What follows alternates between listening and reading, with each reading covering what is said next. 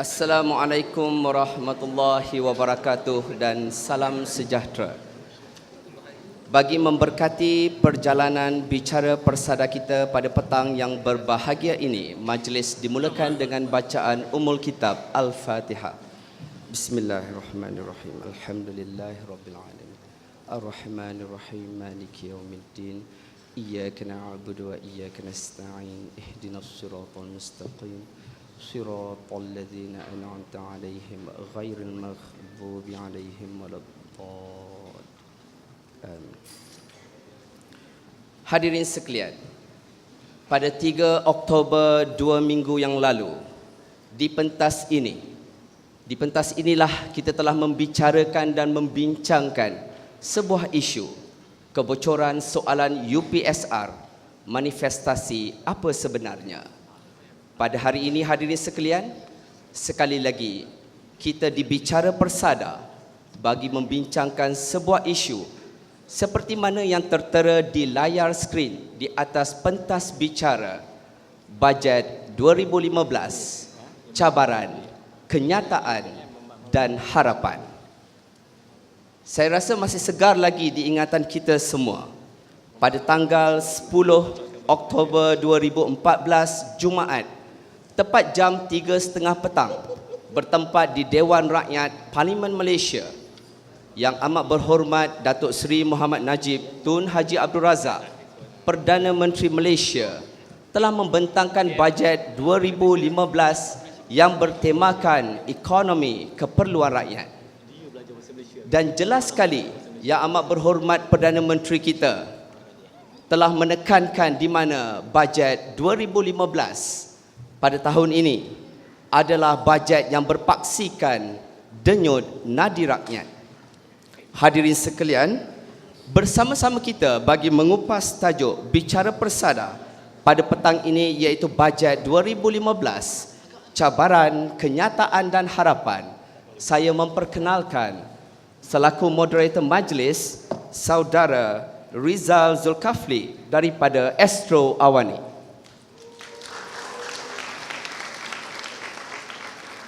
Barisan ahli panel kita terdiri daripada yang berbahagia Profesor Emeritus Dr. Zakaria Abdul Rashid, Pengarah Eksekutif Institut Kajian Ekonomi Malaysia, Encik Abdul Rahman Samad, Presiden Pertubuhan Pembimbing Kewangan Pengguna dan Keluarga, merupakan pertubuhan NGO, serta Encik Nur Zahidi Alias, Penolong Pengarah Malaysian Rating Corporation MARC. Hadirin sekalian, sepatutnya bersama-sama dengan kita juga pada petang yang berbahagia ini adalah yang berbahagia Profesor Datuk Nur Azlan Ghazali, iaitu Naib Chancellor kita. Tetapi yang berbahagia Datuk tidak dapat bersama dengan kita memandangkan beliau mempunyai urusan rasmi di Putrajaya. Sama-sama kita tontoni rakaman daripada yang berbahagia Profesor Datuk. Assalamualaikum warahmatullahi wabarakatuh dan selamat petang, salam sejahtera.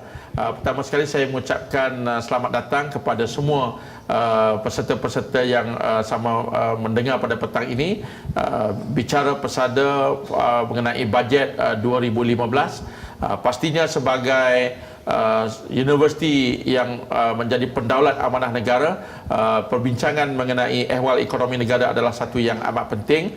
Kita nak melihat apakah kandungan, implikasi dan juga potensi dan inisiatif-inisiatif baru yang telah diperkenalkan oleh kerajaan. Ya, saya mengucapkan tahniah kepada Fakulti Ekonomi dan Pengurusan, Graduate School of Business UKM dan College Dato' On kerana telah bekerjasama untuk menganjurkan bicara pada petang ini. InsyaAllah kita akan adakan tiap-tiap tahun dan pastinya kita akan juga bekerjasama dengan kluster yang saya terajui, iaitu kluster ekonomi dan pengurusan Majlis Profesor Negara. Saya mengucapkan terima kasih kepada panel-panel kita, Profesor Zakaria, Dr. Zakaria daripada MIR, Encik Zahidi daripada MARC dan juga Encik Abdul Rahman. Juga kepada pengacara kita pada petang ini, saya mohon maaf Rizal daripada Astro kerana saya tidak dapat bersama pada petang ini. Kepada semua hadirin sekalian, selamat berforum dan InsyaAllah kita akan adakan tiap-tiap tahun, dan sekali lagi saya mohon maaf kerana saya terpaksa menghadiri satu perbincangan lain yang agak penting pada petang ini, dan saya ucapkan selamat berjaya dan berforum. Pastinya bajet 2015 adalah sesuatu yang amat penting bagi kita semua. Sekian, wabillahi taufik wal hidayah. Wassalamualaikum warahmatullahi taala wabarakatuh. Hadirin sekalian, tanpa melengahkan masa, dengan segala hormatnya, saya mempersilakan Saudara Rizal selaku moderator majlis bagi mengendalikan bicara persada sebuah tajuk Bajet 2015, Cabaran, Kenyataan dan Harapan. Dipersilakan. Terima kasih. Pertama sekali saya ingin mengucapkan terima kasih kepada Kelab Usahawan College Dato' On sesi 2014-2015 dengan kerjasama Majlis Profesor Negara dan juga Fakulti Ekonomi dan Pengurusan UKM Graduate School of Business. Dan saya akan perkenalkan sekali lagi tetamu saya bersama saya dalam bicara persada bajet ke-9 bajet 2015 ini, iaitu di kiri saya Pengarah Eksekutif MIR Dr. Zakaria Abdul Rashid. Beliau adalah Timbalan Dekan dan juga bekas Timbalan Dekan dan juga pengurus Profesor Sekolah Pasca Sarjana di UPM. Turut pernah bertugas sebagai Ketua Pendidik untuk institut termasuk Sekretariat ASEAN, ADB, UPEN di Selangor, Pahang, Johor dan Kelantan, dan pakar dalam ekonomi pembangunan, ekonomi antarabangsa dan juga antara lain pengindustrian Malaysia, reformasi subsidi, GST dan juga gaji minimum. Ini untuk memahami latar belakang ahli panel kita pada hari ini dan juga untuk mengetahui bidang mereka dan juga kepakaran mereka dalam bincangkan bajet 2015. Seterusnya di tengah sana adalah Abdul Rahman Samad, Presiden Pertubuhan Pembimbing Kewangan Pengguna dan juga Keluarga Malaysia. Encik Abdul Rahman juga bertugas sebagai seorang accountant. Beliau kini memegang jawatan Pengerusi Kewangan Pengguna Malaysia, Ahli Majlis Penasihat Pengguna Negara dan juga Pengerusi Persatuan Pengguna Daerah Kuala Terengganu serta Bendahari Forum Komunikasi dan juga Multimedia Malaysia. Dan seterusnya di hujung sana, di akhir sekali adalah Ketua Pakar Ekonomi Malaysian Rating Corporation Berhad, Nur Zahidi alias. Beliau memantau kajian dan juga analisis ekonomi dengan fokus kepada isu polisi fiskal dan juga kewangan ekonomi utama dan domestik.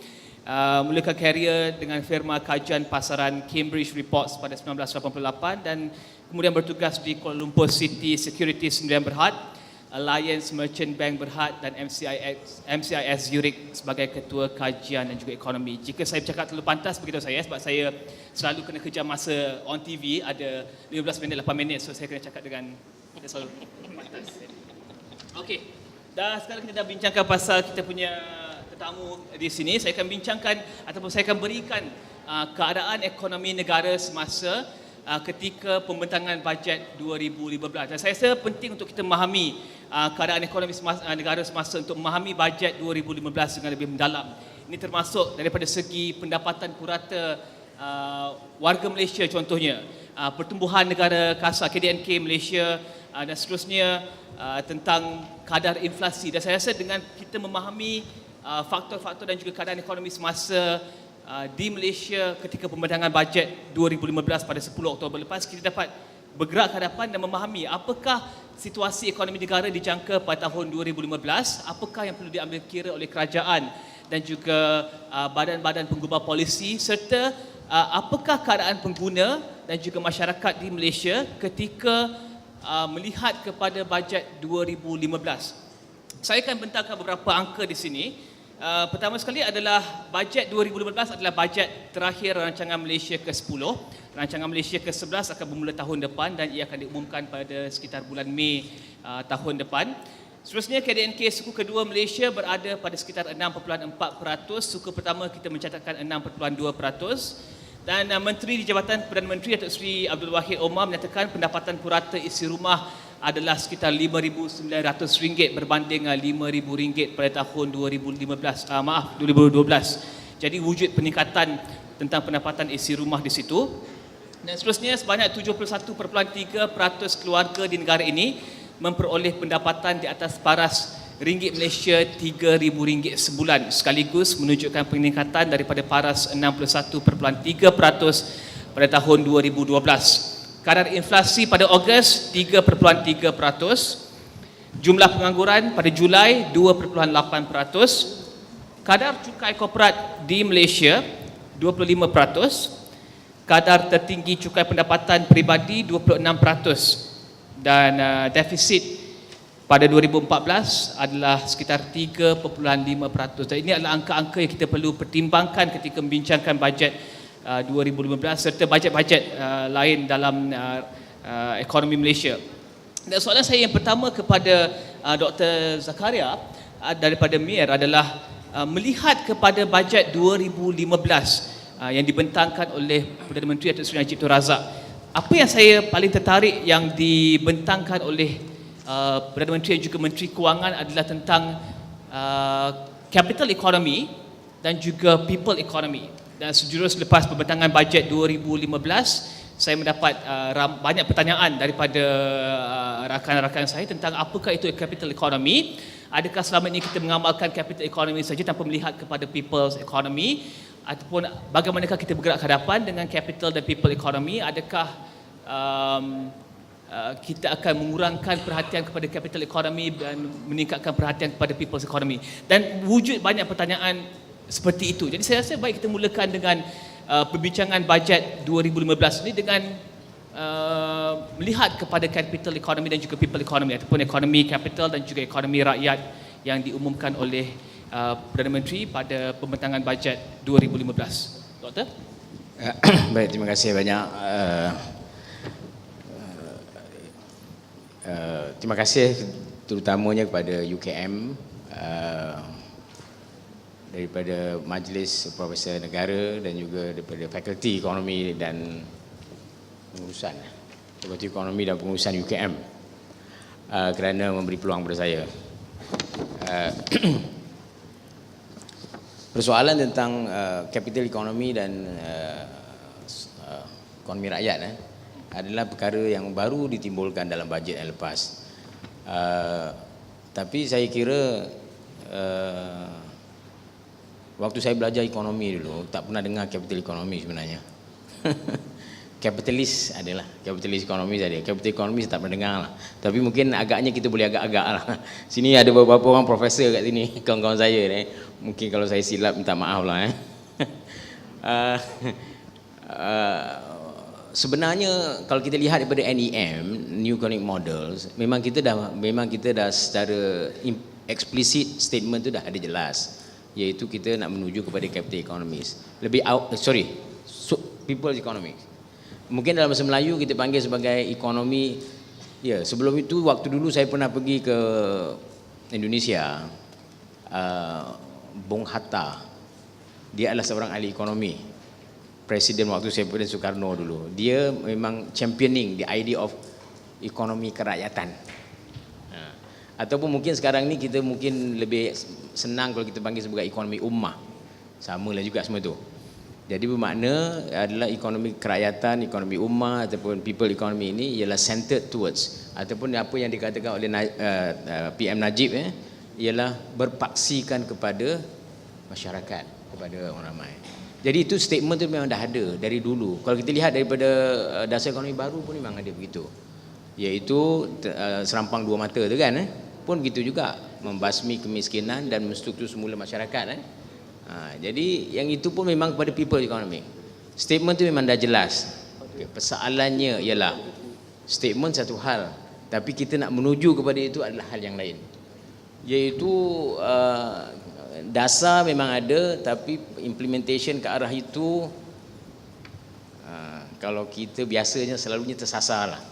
Tersasar kerana kita tidak diingatkan selalu. Jadi saya rasa kalau begitu, statement dalam bajet dia tak cukup. Dia mesti ada satu statement yang lebih tegas lagi, bahawa kita memang benar-benar berfalsafahkan atau berpaksikan kepada people economics. Bermakna bukan kalau apa-apa pun yang kita lakukan, misalnya katakan kita nakkan balance di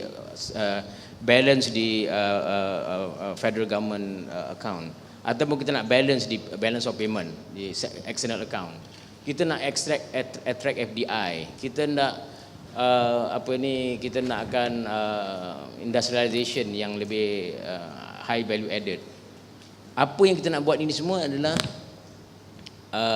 not for the fun of it lah, kata orang putih, not for the fun of it. Bukan saja kita suka-suka nak buat itu, akhirnya kita hendakkan supaya matlamatnya ialah mesti kepada masyarakat juga. Akhirnya matlamatnya kepada masyarakat juga. Dan sebab itu bagi pendapat saya lah, apa-apa pun yang kita buat, kayu ukurnya yang akhir ialah whether the people get the benefit or not. So the people kat sini siapa? Di Malaysia ni, people kita kena katakan manusia yang di Malaysia ni siapa dia? Dia ada strata dia kan, yang ada di atas top 20, yang ada middle 40, yang bottom 40. Yang itu kita nak address dulu isu tu. Siapa yang kita nak sasarkan? Ataupun kita nak sasarkan kepada foreigners ataupun locals. Kita tahu macam di Malaysia ni ramai sangat foreign workers, kan? Saya terlibat langsung dengan minimum wage. Kita katakan ramai yang mengatakan minimum wage ni akhirnya benefitnya kepada foreign workers. Begitu juga bila kita nak sasarkan kepada kita punya pertumbuhan, kita nak GNI per capita. Mungkin agaknya ahli ekonomi mungkin boleh fikir lagi sebelah dalam lagi. Patut kita sasarkan GDP ke patut kita sasarkan GNP atau GNI? Ini ada satu persoalan yang saya rasa yang asas. Ini ada kena mengena dengan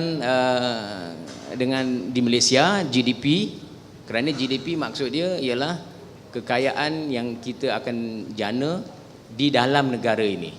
Tak kira siapa punya. Ataupun GNP ataupun GNI ialah kekayaan yang dijana oleh rakyat Malaysia, tak kira kat mana dia ada. Jadi itu satu soalan yang saya rasa quite basic, tapi ramai orang tak berapa nak fikir benda tu. Jadi bagi saya fikir memang dah kena pada tempatnya. Sekarang ni kita nak address isu tu dan kita mesti kena berani. Kerana bila kita katakan, saya katakan berani tadi, kita tahu bahawa Malaysia ini memang dah mencapai banyak kemajuan dalam bidang-bidang yang capital economy lah kalau nak katakan, iaitu dalam bidang attraction of FDI, katakan dalam tadi angka-angka yang disebut tadi, semuanya nampak elok-elok belaka. Tapi kalau kita nak sebut angka-angka yang tak elok pun ada. Gini coefficient kita antara yang teruk. Kita punya the bottom 40 mean household income is only 1,874. The bottom 40 tu. So kalau kita ambil 50, lagi rendah lagi. And then kita punya productivity. Ini productivity ni labor productivity lah.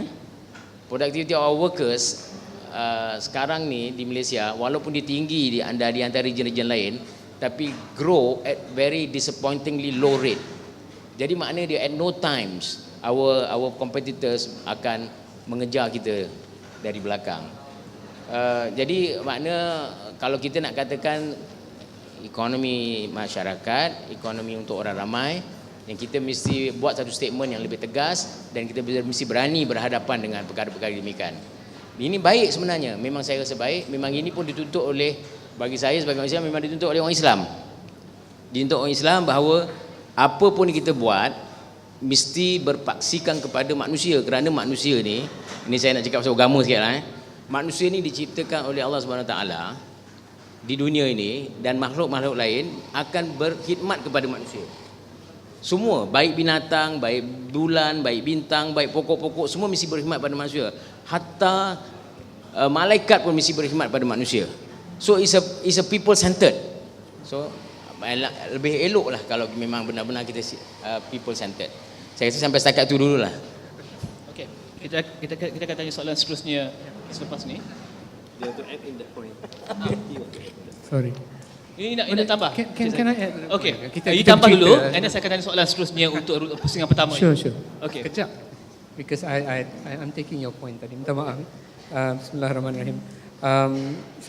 Because saya selalu bincang dengan Dr. Zakaria. Kadang-kadang because saya ni daripada rating agency, kita tengok the economy ni from a different angle lah. Ramai orang tak suka kita orang.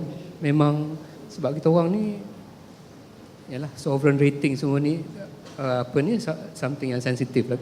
Kadang-kadang kita terpaksa cerita benda yang sensitif.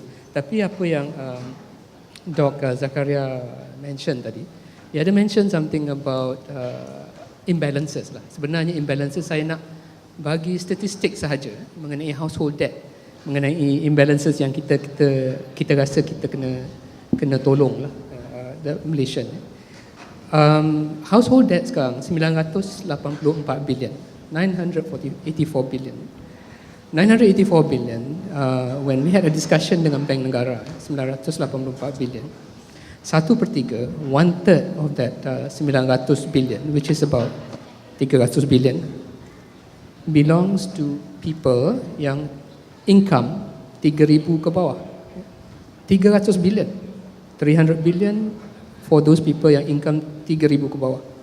Dan saya rasa from our estimate lah, don't quote this dekat mana-mana, separuh daripada household debt tu 984 tu lebih kurang 450 billion belongs to people whose income level is 5,000 ke bawah.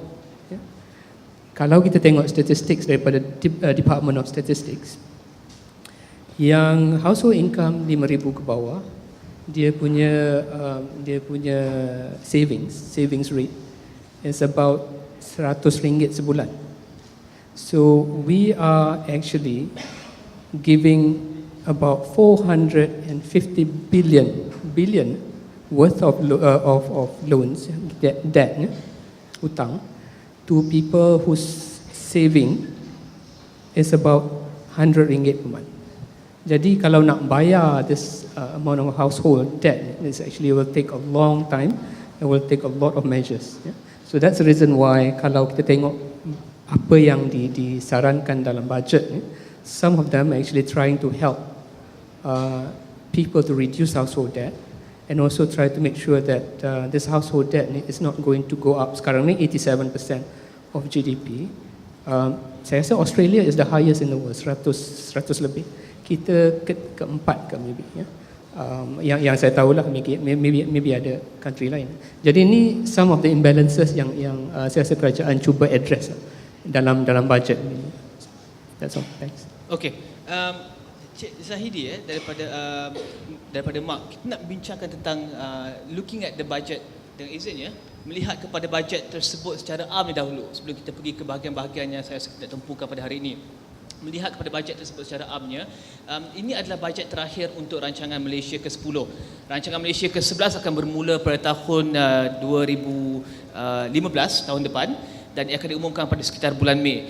Melihat kepada bajet yang dirangkakan ini, yang seperti yang Dr. Zakaria katakan sebentar tadi, yang melihat kepada masyarakat, yang melihat kepada penduduk di Malaysia dan juga melihat kepada insan itu sendiri, adakah ini akan memberikan ataupun set the tone untuk bajet dan juga rancangan Malaysia bergerak ke hadapan? Ataupun adakah ini bajet yang melihat kepada manusia one off 2015 saja, mungkin tahun-tahun depan attract more investors dan izinnya, more big projects, more grand allocations for specific sectors or specific projects, ataupun bagaimana? No, kalau kita tengok allocations in general lah, kalau kita tengok this year,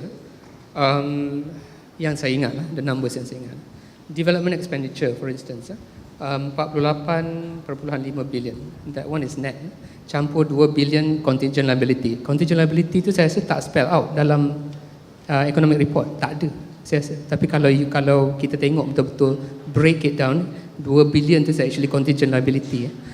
Yang lain tu development expenditure tu is about 15%, 15% up daripada last year.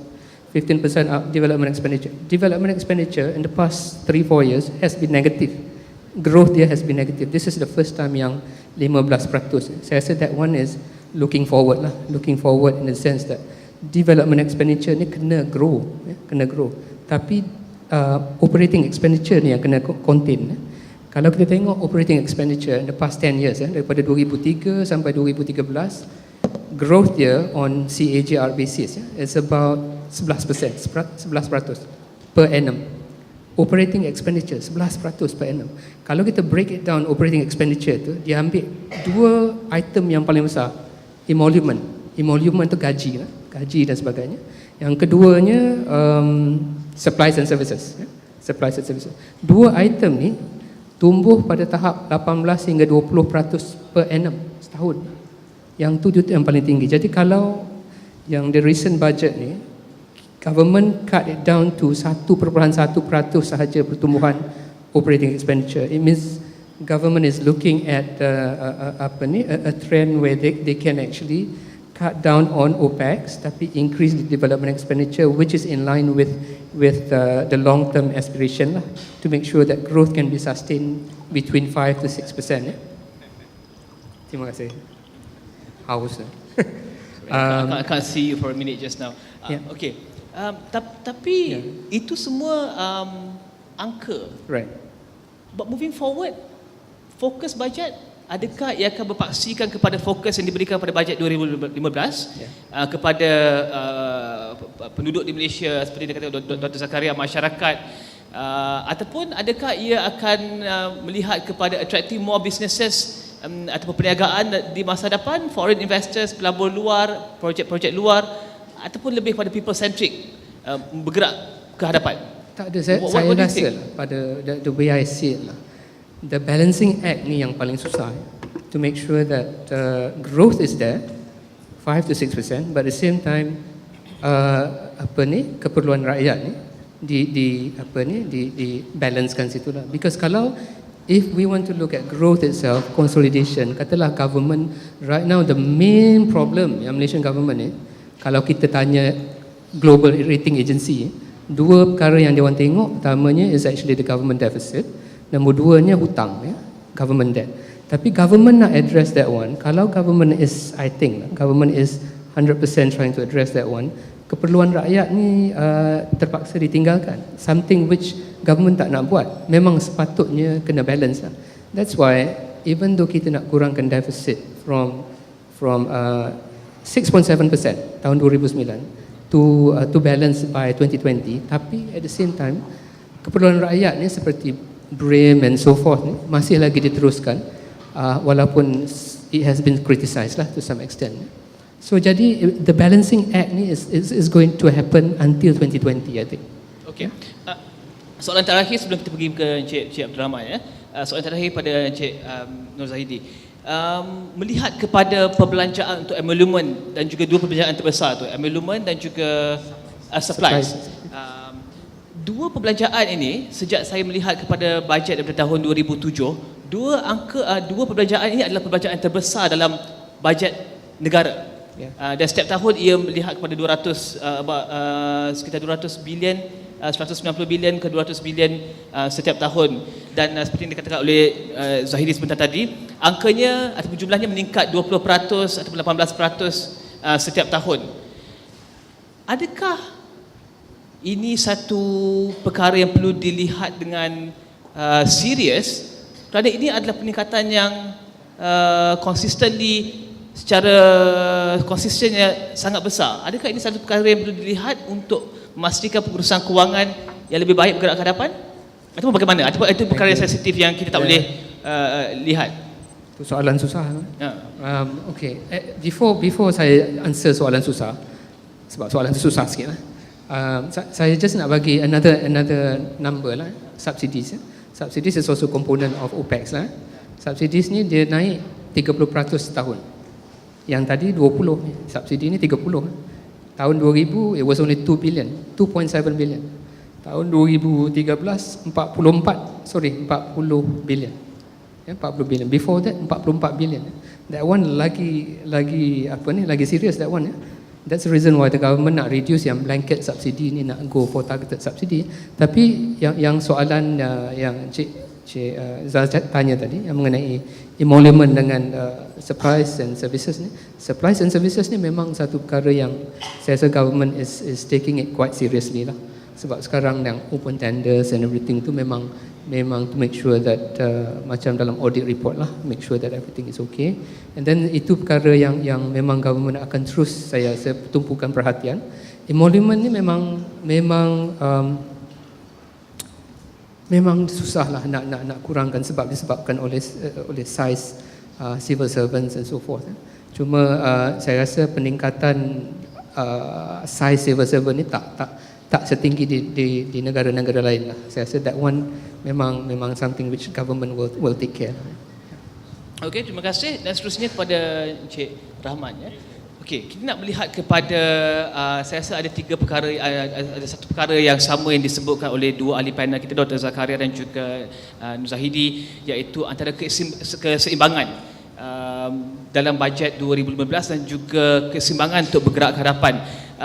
Kerajaan mengumumkan GST akan dilaksanakan pada tahun 2015 bermula 1 April dengan kadar sekitar 6%. Ini untuk memastikan bahawa sebuah pendapatan kerajaan akan meningkat dan juga beban pembayar cukai yang sebelum ini sekitar 1 juta pembayar cukai berbanding dengan jumlah pekerja di Malaysia akan dapat dikurangkan, dan pengumuman tersebut telah pun dibuat pada bajet 2014 dan juga diulangi oleh Perdana Menteri Datuk Seri Najib Tun Razak dalam ucapan bajet pada tahun 2015.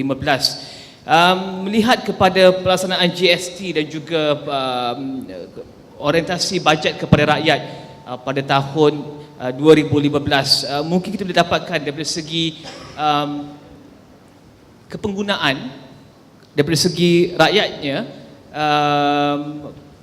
bajet ini dalam memperincikan GST, dalam memperincikan apa yang menanti kita pada April 2015 dengan pelaksanaan GST. Mungkin Encik Rahman boleh lihat kepada permulaan tersebut. Okey, terima kasih Tuan Muzi. Selalunya bila saya pergi forum mana-mana, bila saya bercakap orang angkat kepala, tapi hari ni semua turun kepala. Kenapa ya? Terima kasih ya. Saya ucapkan kerana menjemput saya kemari. Saya nak rujuk pada sahabat saya sebelah kiri tu ya.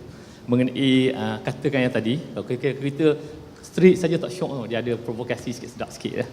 Baik, cerita tadi pasal susah, saya kesian ada sahabat saya tadi dapat rating tadi, dia katakan susah kerajaan nak potong, emolumen tinggi dia kata, tak nak buat apa. Saya nak tanya, kalau kita tengok daripada bajet last year, 45 bilion pergi kepada highway. 45 bilion, saya tak ada rekod kat sini. Waktu kata 45 bilion pergi pada dia, termasuklah daripada, saya ada prepare sikit lah dalam bawa kereta daripada Kuantan. Jadi saya terbayangkan 59 km Sungai Besi Ulu Kelang 5.3 bilion. 276 km West Coast Express Highway Taipei to Banting 5 bilion. Yang besarnya adalah 56 km Smart Line 23 bilion. It cost 45 bilion. Tak boleh ke defer satu untuk tahun 2016? So we have surplus this year. Lagi satu. Bawa sikit tu nanti. Sahabat saya dia kalau dia tak ada panas tak sedap sikit lah. Baik, saya mulakan dah. Baik, terima kasih. Sebenarnya bajet kita kalau kita huraikan, dia ada dua bajet for 2015, dua inti dia. Yang pertama sekali human budget atau bajet rakyat, belanjawan rakyat, lagi satu capital expenditure ya. Capital expenditure. Saya nak ulas sikit dah. Sahabat saya tak suka hari ni, sahabat saya banyak cakap pasal angka. Saya nak kurangkan angka. Hari-hari main angka, puas main angka. Sekarang ni saya nak cerita mengenai keseluruhan ya. Yang pertama sekali, suka tak suka 2015 wang kita akan berkurangan nilainya. Saya jangkakan akan kekurangan sebanyak 25% ke 30%. Kalau dulu RM1 boleh barang dengan harga RM1, akan beli barang dengan harga 70 sen sahaja. Suka tak suka, ini adalah inflation dan purchasing power kita menurun. Mulai 2015 kita mesti hadapi dengan berani ini. Seterusnya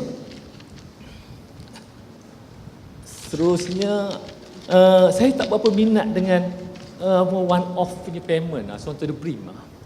BRIM ramai di kalangan yang pertengahan tak dapat BRIM. BRIM ni kadang-kadang tak sampai ke rumah pun.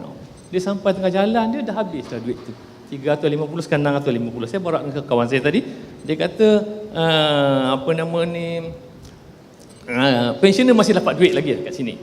Baik, saya nak suka lagi sentuh pada satu benda lebih pada situ lagi. Ya. Okey, bagusnya cukai tahun lepas. Income tax kita akan berkurangan. Dia akan berkurangan sebanyak 1 ke 3% point, right? 1 ke 3% point, sebanyak 300, seramai 300,000 orang tak perlu bayar cukai lagi. Ya tuan, betul? 300,000 orang akan dikecualikan pada cukai mulai tahun 2015. Itu berita yang menarik. Yang kedua sekali, saya ceritakan tadi, ekonomi rakyat adalah ekonomi yang dihadapi oleh rakyat terus. Contoh dia kenaikan kos sara hidup. Ini kita akan bentang. Saya akan cerita lebih banyak mengenai kos sara hidup. Yang kedua, capital budget. Capital budget ni saya tak suka ada capital budget. Certain aspect. Contohnya macam perguruan. Saya check through. Perguruan ni kalau tuan-tuan tengok ya, teaching diperuntukkan 2015 bajet sebanyak 9.8 bilion. Jadi naik daripada bajet 9.8 bilion bertambah kepada 273.2 bilion untuk cikgu-cikgu. Tapi sayangnya kita tengoklah, tengok sahabat kita rating dekat sini sebanyak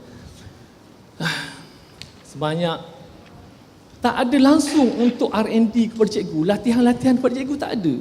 Kita belajar dulu, kalau cikgu kecil berlari, anak murid kecil duduk dia tak berlari sebab dia budak-budak dia tak berlari. Jadi kalau cikgu dikurangkan capital expenditure untuk menambah melengkapkan pengetahuan dia, ingat mutu pendidikan kita akan bertambah.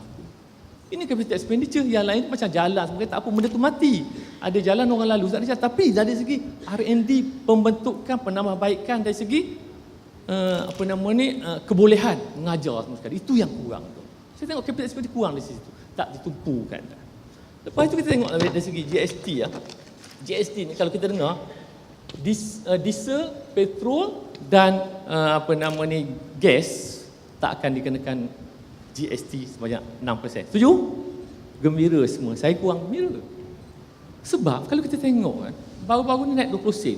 20 sen kenaikan 1 liter bersamaan dengan 10%. Bersamaan 10%. Bermakna GST dah naik 10%. Suka tak suka? Tanpa dia beritahu GST naik 6%. Betul? Setuju tak? Di manakah? Macam mana rakyat katakan capital budget? Betul? Human budget macam mana? Kita dah kena seround. Saya beritahu dulu. Okey, contoh saya satu contoh ya. Pen ni. Kalau pada masa 2013 Oktober, Perdana Menteri kita merangkap, Menteri Kewangan mengisytiharkan 1 April GST akan diperkenalkan. Dia akan kena 6%. Tuan-tuan tahu tak? Bulan 2 tahun lepas dia dah naik 20 sen. Kalau RM2 jadi RM1.20 sen. Bulan 11 naik 20 sen lagi jadi RM1.40 sen. RM1.40 sen kali 6% bersamaan dengan 9% kali RM1. Setuju? Adakah GST kita 9%? Saya agak nanti respon daripada sahabat saya. Is it? Faham maksud saya tak? Asal dia RM1, dia nak naik RM1.40 sen. Kali dengan 6%, beli pen. Dahaga pula dah.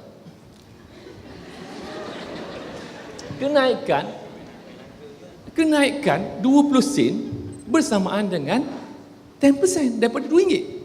Faham minyak ni? Suka tak suka dah naik. So macam mana dia kata ada GST? Saya wonder juga, termenung juga saya sebab jauh daripada Kuantan ke sini RM150 minyak. Tu lagi 50. Tu dulu hitam macam sahabat saya, sekarang dah putih rambut dah. Baik, kita pergi lagi satu sikit lagi ya. Okey. BRIM lagi satu. Persendirian tadi saya setuju. Lagi satu ni. BRIM. BRIM dia beri kepada orang yang pendapatan 4,000. 4,000 ke bawah dapatlah BRIM. Tapi saya nak tanya anda semualah, sahabat-sahabat saya semua. Adakah sama 4,000 di Kuala Lumpur, 4,000 di Kuantan, 4,000 di Ulu Tembeling? Ada sama pendapatannya? 4,000 yang mempunyai 10 orang anak, 4,000 yang mempunyai 2 orang anak, 4,000 yang tak ada anak langsung. Sama ke? 4,000 ada 10 ekar tanah, 4,000 ada 3 ekar tanah, 4,000 yang ada tanah kubur saja. Adakah sama pendapatan? Ini saya bertanya Datuk Seri Wahid pada penyumpaan sekali. Dia kata, Rahman, kita belum fikir lagi. Kalau Datuk Seri, kalau kita tak fikir lagi ni, kita jangan buat lagi. Kita defer dulu. Macam saya kata, deferkan satu highway.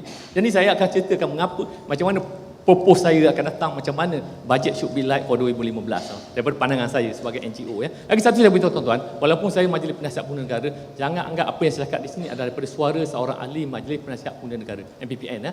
Suara saya adalah suara daripada seorang aktivis NGO. Ya. Sekian, terima kasih. Saya nak bertanya tentang perkiraan untuk harga petrol RM1.20 ada yang telah dinaikkan 20 sen dan jika itu adalah berlainan dengan itu adalah ataupun saya tidak begitu jelas di situ. Adakah itu saudara lihat sebagai lebih teruk daripada GST ke bagaimana dengan perumpamaan tadi? Sebab saya tak sebagai seorang accountant begitulah. Daripada seorang layman tidak. Dia isi RM10 masuk RM10 juga. Dia tak baca liter, dia tengok RM10 masuk RM10. Kepada seorang accountant tengoklah, sikit dah ya. Itu je, kurang je. Jadi saya rasa kalau daripada saya ekonomi sekarang dia akan berhasil benda yang sama, betul? Isi motor RM5 lah, sikit dah ya, sikit dah. Itu masalah. Sekarang macam ni maksud saya nak. Maksud saya kalau boleh ya, masa kita isytiharkan, ini pandangan saya, isytiharkan GST pada bulan Oktober 2013, kontrol jangan naik barang lagi. Minyak jangan naik lagi. Lepas tu tunggu pula bila minyak tu harga dia lebih pada $100 per tong, $100 per tong barulah naik. Masa $93 janganlah naik, bila naik orang terasa lah. Orang macam saya pula, orang kampung macam sahabat-sahabat saya ni lain. Kita orang kampung tak, Atau jadi maknanya dia indirect or indirectly benda macam itulah. Lagi satu domino effect daripada kenaikan minyak ni banyak sangat berkesan dia. Suka tak suka ada apinya. Tapi macam saya kata tadi, saya tanya Datuk Seri Wahid dah. Datuk Seri Wahid kata belum ready dia kata jangan naik petrol lagi, naik diesel dulu sebab yang tiris adalah diesel. Banyak persatuan lain tiris diesel. Petrol tak tiris lagi. Saya beritahu. Lepas tu lagi satu, RON 95 hanya untuk orang-orang yang miskin, orang kaya 97. Kenapa ada perbezaan antara citizen kita? Pasal saya minat pasal petrol tadi, saya pernah beritahu Datuk Seri atau Tan Sri Muhyiddin Yassin. Saya kata Tan Sri tak susah sangat nak jaga dia punya minyak ni.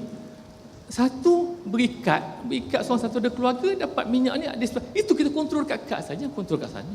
Saya serah balik pada Cik Rizal, nanti panjang pula Terima kasih. Okey, terima kasih Cik Rahman. Dan seterusnya saya rasa nak melihat kepada mungkin topik-topik secara spesifik selepas kita bincangkan bajet 2015 secara amnya. Saya rasa perlu kita lihat tentang topik-topik spesifik tentang contohnya Nur Zahidi tentunya boleh bercakap tentang penarafan dan juga sama ada bajet 2015 ini memberikan satu kedudukan yang lebih baik kepada kerajaan dari segi penarafan kredit dan adakah ia akan memberikan penentuan kepada bergerak ke hadapan.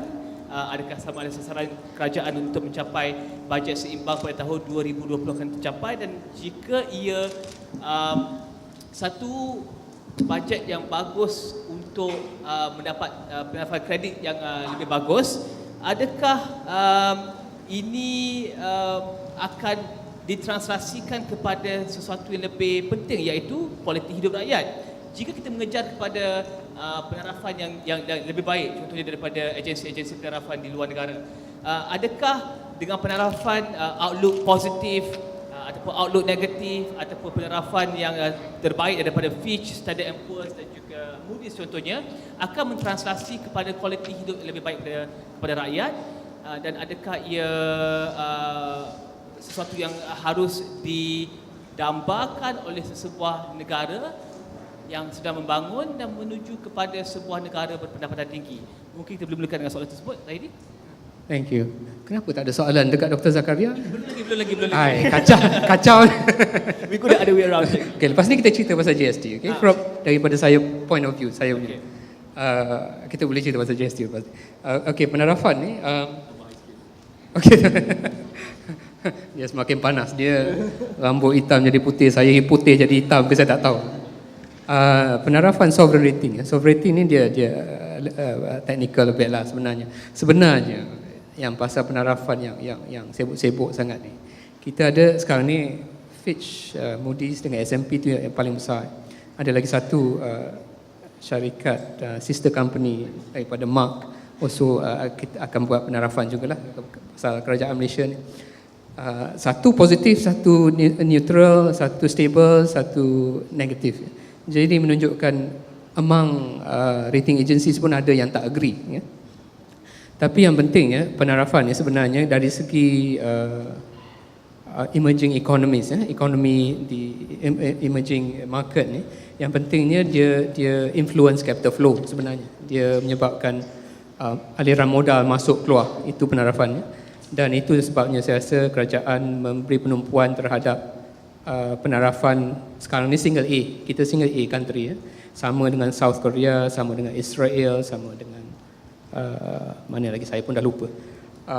Jadi kalau tahap penarafan tu jatuh, aliran modal keluar dan nilai ringgit lah akan jatuh. Sekarang kita pun dah tengok nilai ringgit sudah sampai 3 dekat-dekat 330 dah kot, ya.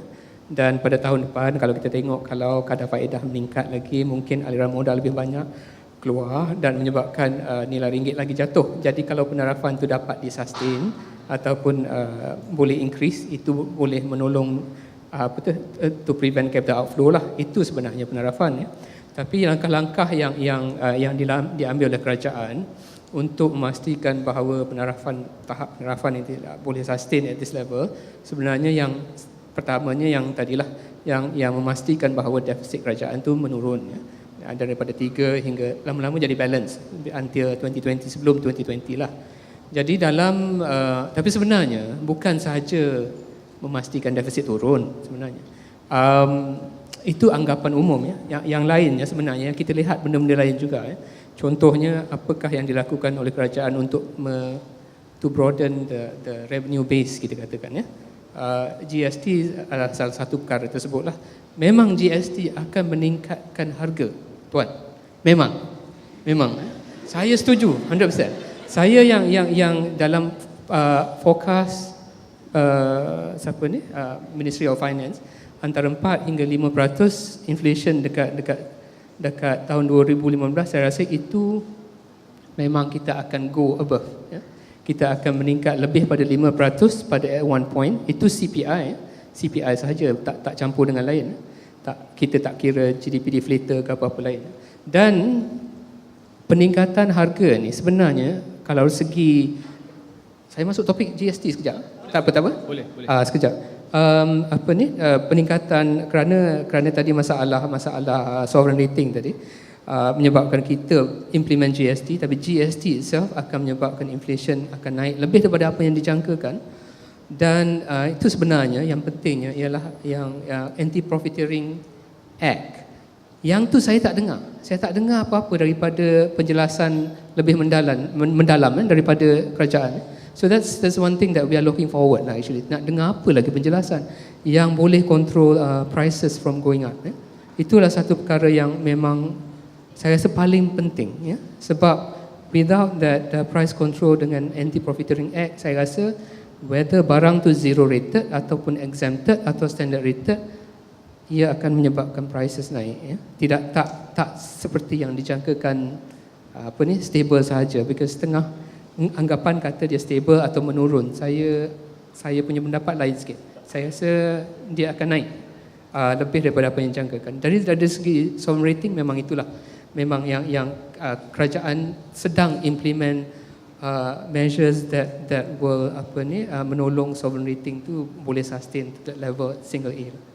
Tapi daripada beberapa laporan selepas bajet 2015, Standard & Poor's contohnya nyatakan bahawa mereka telah mengambil kira pelan jangka sederhana kerajaan ini untuk mengurangkan subsidi, rasionalisasi, untuk meningkatkan pendapatan negara. Jadi ini semua telah diambil kira oleh setengah-setengah agensi penarafan. Apakah yang perlu dilakukan oleh kerajaan lagi untuk memastikan bahawa penarafan mungkin bertambah positif, outlook positif contohnya, untuk meningkatkan penarafan tersebut? Sebenarnya is back to execution. Kalau macam ada one time tu kerajaan saya rasa cuba mengambil langkah untuk mengurangkan subsidi dan berhenti setengah jalan. And then bila syarikat penarafan tengok dia berhenti setengah jalan, jadi dia punya perception sebenarnya bukan saja angka deficit, tapi perception sama ada government is going to continue ke tak implement all this, macam itu sebenarnya yang penting ya. Kepercayaan terhadap langkah-langkah kerajaan that the government will execute. Itulah sebenarnya. Okey, terima kasih. Dan seterusnya kepada Dr. Sedikit saja sebelum kita lepas ni kita boleh buat. Saya sonok. Saya sikit nak kata dari segi ni, saya rasa sahabat saya ni tak ambil kira dari segi monetary lah. Kalau nak tengok kalau betul tu bajet kita, patut ada satu lagi lah. Kalau satu capital budget, human budget, lagi satu penarafan punya budget. Ada 3 patutnya. Lagi satu monetary. Kerajaan tak ambil kira monetary lah. Untuk penarafan, contoh dia, kita punya duit dalam bank hanya 2.25% je setahun. Faedah kita terima. Tapi BLR 6.75. Lepas itu pula kredit kad 18%. Kalau kita main, sebab itulah 300 bilion hutang. Sekarang ada household debt. Orang yang below pada 3,000 pendapatan. Kerajaan kena main peranan ni. Kurangkan, takkan 18% setahun kredit kad. Turunlah 12-13%. Kaya dah bank. Bank 6.4 bilion setahun untung. Tak cukup lagi ke? Itu suara daripada ATV. Sekian, terima kasih. Saya punya credit card punya interest rate is 8.8%. So I think you should change your no. I think you should change your so nombor 8.88 tu kira menarik untuk pengguna lah. But that's not in reality. Dr. Zakaria, kita bercakap pasal GST ya. Tentang saya rasa ramai yang rata-rata melihat kepentingan GST ini adalah untuk meningkatkan sumber pendapatan kerajaan, dan ia dilihat sebagai satu avenue penting, dan kerajaan juga telah memperincikan di mana kerajaan akan membelanjakan GST ini. Ini termasuk kembali kepada rakyat dalam bentuk BRIM, dan pada akhirnya kerajaan hanya akan mendapat sekitar 509 juta ringgit daripada BRIM yang akan dikutip pada tahun 2015. Itu adalah perincian yang diumumkan oleh kerajaan. Dan saya suka dengan perincian tersebut. Dan persoalan di sini adalah untuk memastikan bahawa pelaksanaan GST itu berjalan dengan lancar, dan juga memastikan bahawa apa yang disasarkan daripada segi meningkatkan jumlah pendapatan, meningkatkan saluran pendapatan yang lebih banyak selain bergantung pada cukai-cukai terus. Bagaimanakah nak pastikan pelaksanaan itu dapat dilakukan dengan betul? Sebab saya rasa itu adalah antara concern kumpulan perniagaan, concern individu, concern pengguna ataupun apa yang dirisaukan oleh pengguna, untuk memastikan bahawa jika barang tersebut zero rated, mungkin dia punya sales and services tax sekarang ini 16%, dia akan turun, dan barang tersebut patutnya turun harga, bukannya naik harga seperti yang ditakutkan ketika ini. Bagaimana untuk memastikan bahawa pelaksanaan itu dapat berjalan dengan lancar? Terima kasih. Sebenarnya saya dah banyak berehat duduk kat sini. Saya tengok dua kawan saya ni dah panas dah dia. Saya sebenarnya nak juga tahu apa ni masuk campur, tapi saya decide tak perlulah kan, biar dia berkelahi dengan dia berdua. Bajet, secara umum saya terangkan dulu. Bajet ini ialah kita kat sekolah pun kita belajar kan, bajet ni ialah perancangan kewangan. Perancangan kewangan tahunan. Perancangan kewangan tahunan negara. Jadi kita tidak boleh expect budget by itself sebagai satu instrumen yang boleh menyelesaikan semua masalah di dunia ni. Tak boleh. Kerana dia adalah satu perancangan kewangan tahunan. Saya pernah bertanya pada diri saya sendiri, kalaulah Chancellor of Exchequer di UK ataupun di Jerman tu, apa dipanggil, Merkel, kalau dia lah present budget, adakah macam budget yang kita present dekat pada hari Jumaat lepas? Saya rasa tidak. Saya masih ingat lagi perbalahan antara Paul Krugman dengan IMF tentang austerity dengan berbanding dengan expansionary. So that sort of approach yang kita nak tengok sebenarnya. Tapi kalau kita pergi into detail by piecemeal, satu demi satu, tentang household income lah, tentang BRIM lah, tentang ini semua.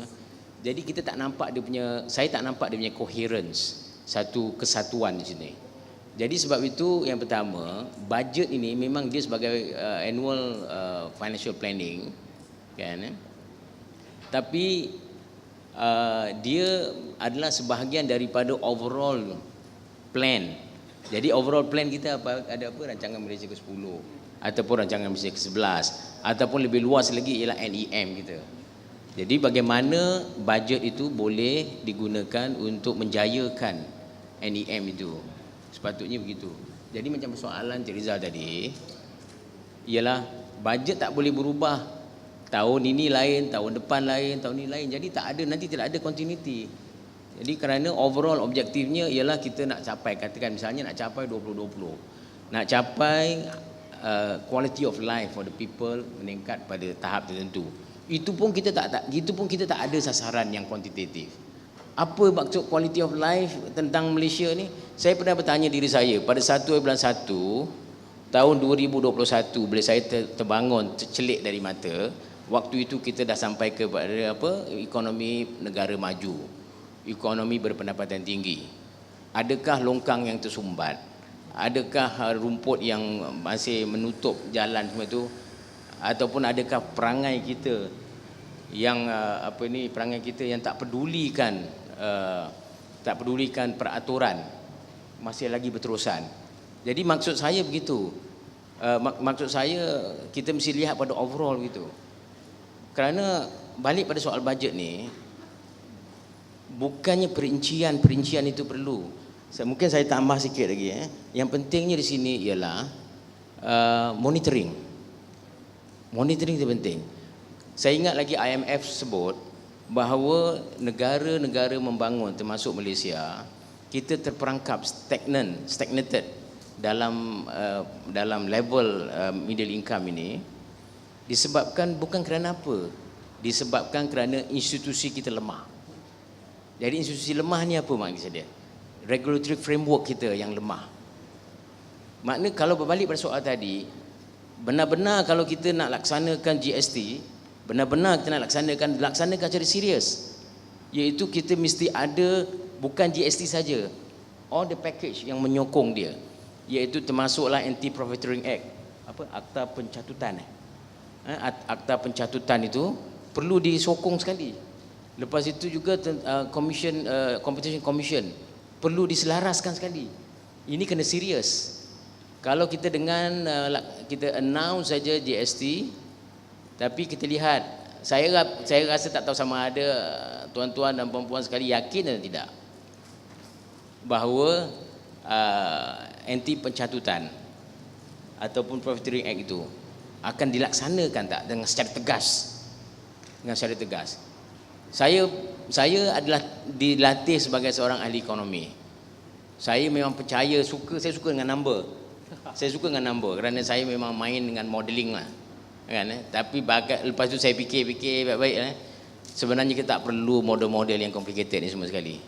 Tak perlu. Yang perlu ialah hati mau baik iaitu kejujuran dan keikhlasan melakukan perkara itu. Tegas. Maknanya kalau kita nak laksanakan sesuatu itu kita mesti tegas. Jadi masa balik pada soal GST tadi. GST yang sahabat saya ceritakan tu, itu waktu belum ada perubahan. Sekarang ini zero rated bagi fuel. So bila zero rated pada fuel, zero rated ni makna dia the suppliers can claim. Can claim tu. Bermakna bila dia can claim, dia affect government revenue. So government revenue akan taklah naik seperti mana yang dijangkakan. So kerana ini bila ditanya perkara-perkara ini, tujuan utama GST ini ialah untuk menjawab soalan rating sebenarnya, iaitu nak broaden the income revenue base, nak menyelesaikan masalah fiscal deficit. Itu masalah utama dia. Sama ada dia boleh translated into welfare of the people, itu package lain. Itu di package lain, itu akan dia buat lain. Tapi memang dia boleh affect lah. Reduce government debt. Dia reduce government debt. Itu tujuan GST. Sebab itu kalau kita lihat sekarang ni, apa yang sahabat saya ceritakan tadi, operating expenditure increase by 11% per annum. Now dah already surpass revenue. Kalau ikut golden rule, memang sungguh tak elok. Macam mana operating expenditure boleh dah lepas revenue? Jadi nak laksanakan macam mana? Memang saya pun faham. Emolument, supplies, these two candidates yang susah untuk dikurangkan. Jadi yang paling mudah sasarannya ialah subsidi. Subsidi di sasarannya. Tapi kalau benar-benar nak lakukan reform, maknanya fiscal reform mesti dilaksanakan. Macam tadi kalau benar-benar boleh. Tapi sebenarnya soal downsize public sector ni daripada dulu lagi tu, saya muda-muda diceritakan sampai sekarang, dan saya pun dah pencen kan, masih lagi tak selesai lagi soal public sector reform ni. Emolument. Jadi perkara balik semula pada soal pada GST tadi, kita mesti tegas melaksanakannya supaya revenue yang kita collect tadi, yang kita dapat kumpulkan, dapat mengatasi masalah defisit tadi. Dan memang saya pun setuju GST akan menaikkan harga, dan ini memberi tekanan kepada isi rumah pada pengguna. Satu perkara lagi tahun depan, satu lagi yang tak perlu, yang orang tak sebut dalam bajet pun tak sebut, ialah minimum wage pun akan review. Masanya pun pada 2015 tahun depan. 2015, jadi maksud dia akan menambahkan pressure lagi pada harga. Dan saya pun jadi bimbang juga dalam hal ini, kerana yang ini akan menaikkan harga dan memberi tekanan kepada cost of living. Cost of living sekarang ni dah terasa sangat. Cost of living tinggi. Dan kita rasa cost of living di Malaysia tinggi. Saya bercakap beginilah. Sebenarnya kita ni, ringkasnya, kita earn in ringgit, kita spend in dollars. Mungkin kita tak dapat faham sangat. We earn in ringgit and spend in dollars. The globalization telah menyebabkan input yang dari luar tu banyak masuk ke dalam negara ini. Yang ini kita tak boleh elakkan. Bila kita earn in ringgit and spend in US dollars, walaupun barang yang nampaknya macam goreng pisang, macam barang macam teh tarik gitu kan, itu dah banyak juga external influence yang masuk, termasuklah melalui fuel kita, melalui fuel. Dan fuel ini dia mempunyai linkages yang sangat meluas, Jadi kalau kita nak katakan cost of living tadi cost of living tinggi, saya rasa saya pun tak berapa faham sangat yang cost of living tinggi, sebab cost of living ini sebenarnya relative to income. Bagi saya bukan cost of living tinggi, income kita yang rendah. Patutnya kita mesti naikkan income, naikkan salary and wages. Barulah kita boleh, kerana untuk nak menurunkan kos tak mungkin, kerana dia daripada external influence penetrate into the economy melalui globalization tadi. Dia penetrate economy. Sebab itu yang saya katakan we pay in dollars, earn in ringgit. So, tapi persoalannya sangat rumit. Persoalan ini adalah persoalan structure. Kalau kita nak meningkatkan pendapatan, kita meningkatkan produktiviti. Tapi tadi saya katakan tadi, produktiviti kita meningkat dalam kadar yang sangat-sangat perlahan. Macam mana nak meningkatkan produktiviti? Banyak cerita lagi. Itu kemudian nanti kalau ada peluang saya boleh bercerita lain lagi. Saya nak sentuh tentang apa yang dikatakan oleh Dr. sebentar tadi, iaitu quality of life itu sendiri. Sama ada jika kita dah mencapai negara berpendapatan tinggi pada tahun 2020, mungkin 1 Januari 2020 atau 1 Januari 2021, adakah kualiti hidup kita akan bertambah baik dengan jangkaan KDNK yang tinggi, jangkaan pendapatan negara yang tinggi, pelaburan langsung asing yang tinggi? Adakah perkara-perkara tersebut akan translate into ataupun akan diterjemahkan kepada kualiti hidup yang lebih baik? Ataupun bagaimana doktor lihat ketika ini? Sebab saya rasa melihat kepada tekanan-tekanan yang kita hadapi sekarang ini dengan GST, jangkaan harga akan meningkat, kemudian gaji yang tidak yang naik dengan kadar perlahan, dan seterusnya faktor-faktor luaran yang turut memberikan tekanan kepada ekonomi kita. Adakah ini satu kualiti hidup yang baik ataupun apa yang kita sasarkan sebenarnya pada ketika ini? Dekat di sini pun ada beberapa profesor yang pakar dalam ini. Nanti mungkin dia boleh sambung sekali apa yang saya cakap ni. Quality of life ini, kalau kita lihat dari NEM tu, NEM ada 3 bulatan tu. Bulatan pertama pendapatan, bulatan kedua sustainability, bulatan ketiga ialah inclusiveness. Dan tengah-tengah dia all the 3 bulatan intersect, itulah dipanggil quality of life, kan? Itu secara ringkas sajalah. Tapi kita tak pernah bincangkan perkara ini secara yang lebih meluas lagi.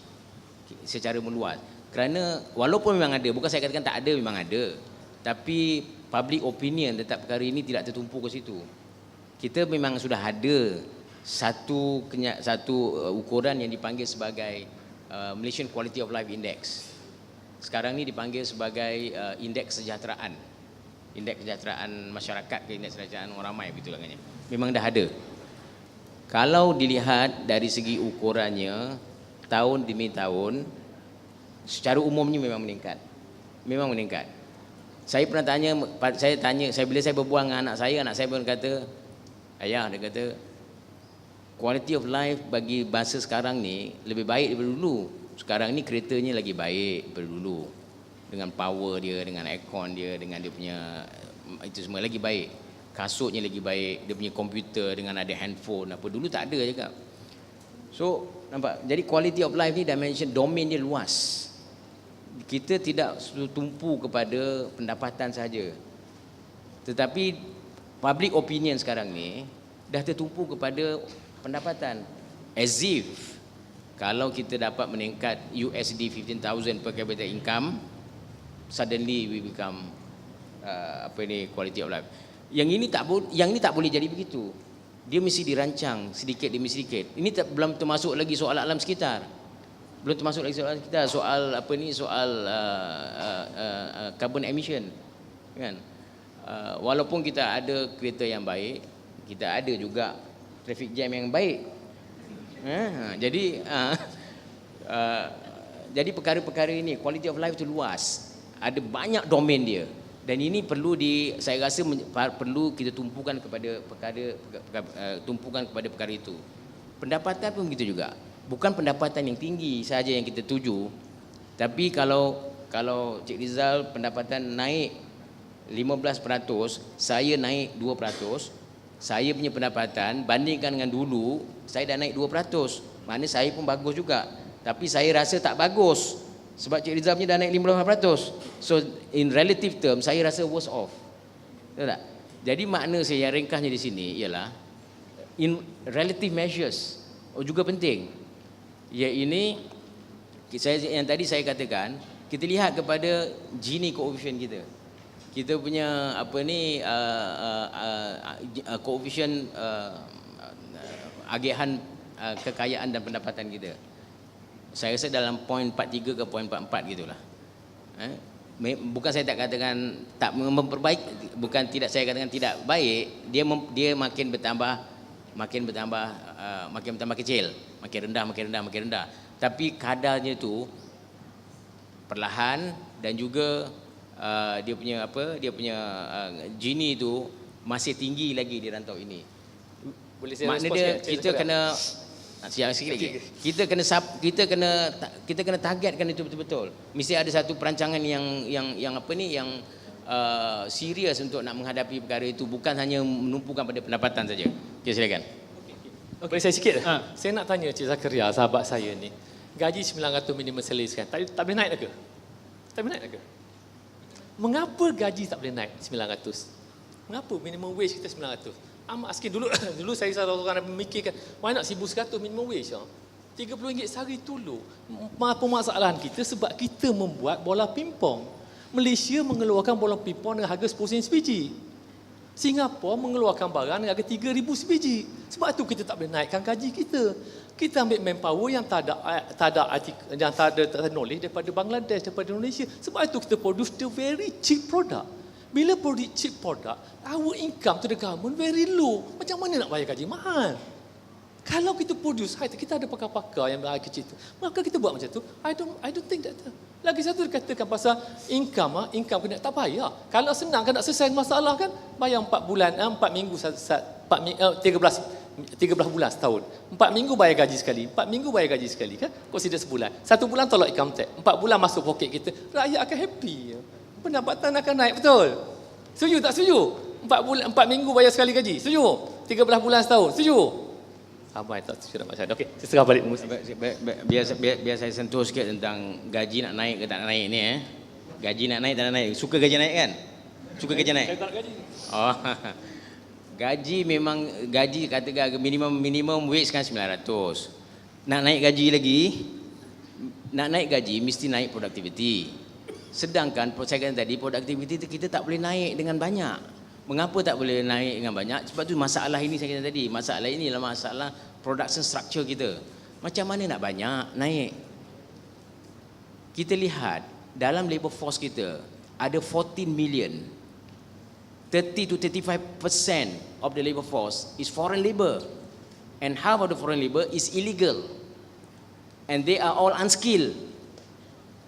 Jadi bila kau cuba bayangkan, kebanyakan daripada labor force kita ni unskilled.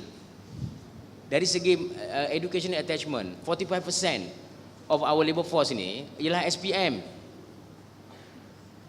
Jadi kalau kita nak keluar, tak nak keluarkan bola pingpong lah, kita nak keluarkan bola golf lah, atau bola golf yang ada berpusing-pusing ke macam mana ke, pakai elektronik ke apa benda ke, kita nak keluarkan itu, teknologi dia ada. Di mana-mana kat dunia ni kita boleh ambil, letak kat sini, tapi tak ada orang yang boleh buat. Kerana labor force kita ni unskilled. Jadi macam mana nak tambahkan ini, nak tambahkan skill labours ni? Barulah kita boleh tambahkan, boleh tambah. Ini masalah ini kan, dulu waktu kita dalam industrial policy kita nak attract FDI. Apa kita buat? Kita tekan upah. Upah tu biar rendah. Jadi bila upah rendah, kita become more competitive. Katanya lah. Sekarang baru kita tahu bahawa upah rendah ni menjadikan kita tak kompetitif. Kompetitif is very elusive concept. Apa maksud kompetitif? Adakah kerana kompetitif kerana upah rendah kita kompetitif? Adakah kerana exchange rate berubah kita kompetitif?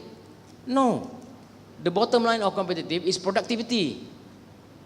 Jadi kalau katakan kita dulu kita tekan upah rendah, FDI masuk. Sekarang ini pun banyak investor pun masih hendak begitu juga. Supaya kita offer gaji rendah supaya dia akan masuk. Ini masalah MITI lah. MITI ada KPI dia sendiri. Dia nak attract FDI.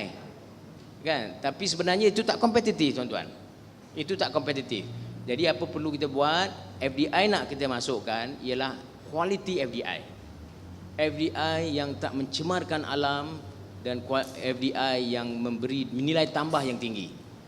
Maknanya kita kena selektif sekarang ni. Barulah kita boleh keluarkan bola golf yang berpusing-pusing ke elektronik. Saya tak tahu, tetap main golf. Okey, terima kasih Dr. Zakaria. Saya masih lagi nak tekan kepada kualiti hidup tadi kepada Cik Rahman. Bercakap tentang kualiti hidup, kepenggunaan dan melihat kepada bergerak ke hadapan dengan pelaksanaan GST. Tapi saya rasa seterusnya nak lihat kepada the bigger picture. Jika kita menarik pelabur, kita tarik pelabur yang berkualiti. Kita tarik pelabur yang akan meningkatkan dan juga menambahkan nilai tambah kepada ekonomi negara. Jika kita nak tarik pelabur dan juga kita nak buka perniagaan, kita nak pastikan bahawa perniagaan tersebut akan menyumbang kepada peningkatan kualiti hidup dan juga memastikan bahawa gaji akan bertambah, dan bukan hanya perniagaan yang seperti yang dikatakan Dr. Zakaria tadi tu mengambil cheap labor ataupun kita buat yang cincai sajalah asalkan ada perniagaan. Bagaimana untuk pastikan kita bergerak ke arah tersebut dan memastikan bahawa polisi dirangka, semua pihak, semua jabatan merangka polisi yang bergerak ke arah tersebut untuk memastikan bahawa bukan seperti yang dikatakan oleh Dr. Zakaria tadi, MITI buat polisi ini tapi jabatan ini nak polisi ini tapi jabatan ini nak polisi ini. Jadi ada pelbagai polisi bercanggah yang wujud dalam suatu masa dalam ekonomi negara. Okay. Terima kasih. Ini very interesting. Saya nak minta tuan-tuan tumpu perhatian pada saya. Jadi dia begini, kod mana kita nak tarik more investors, balance of payment kita must be positif. Bajet kita cantik, baru kita dapat. Cara dia saya kata tak susah. Saya bawa teori, ini pandangan saya, pandangan personal saya. Kita bawa teori KFC. Usia sekarang 20 tahun. Masa daripada 20 tahun ni saya tak pernah lagi tengok, ke 20, 50 tahun. Saya tak pernah lagi KFC tutup perniagaan kerana bekalan ayam terputus. Tak pernah lagi tengok. Lepas itu dalam sebulan tak ada. Hari ni RM3.40 satu chicken wing, esok RM2, esok RM3.50, tak ada. Mengapa KFC tak pernah menghadapi masalah pembekalan ayam dia? Mengapa agaknya?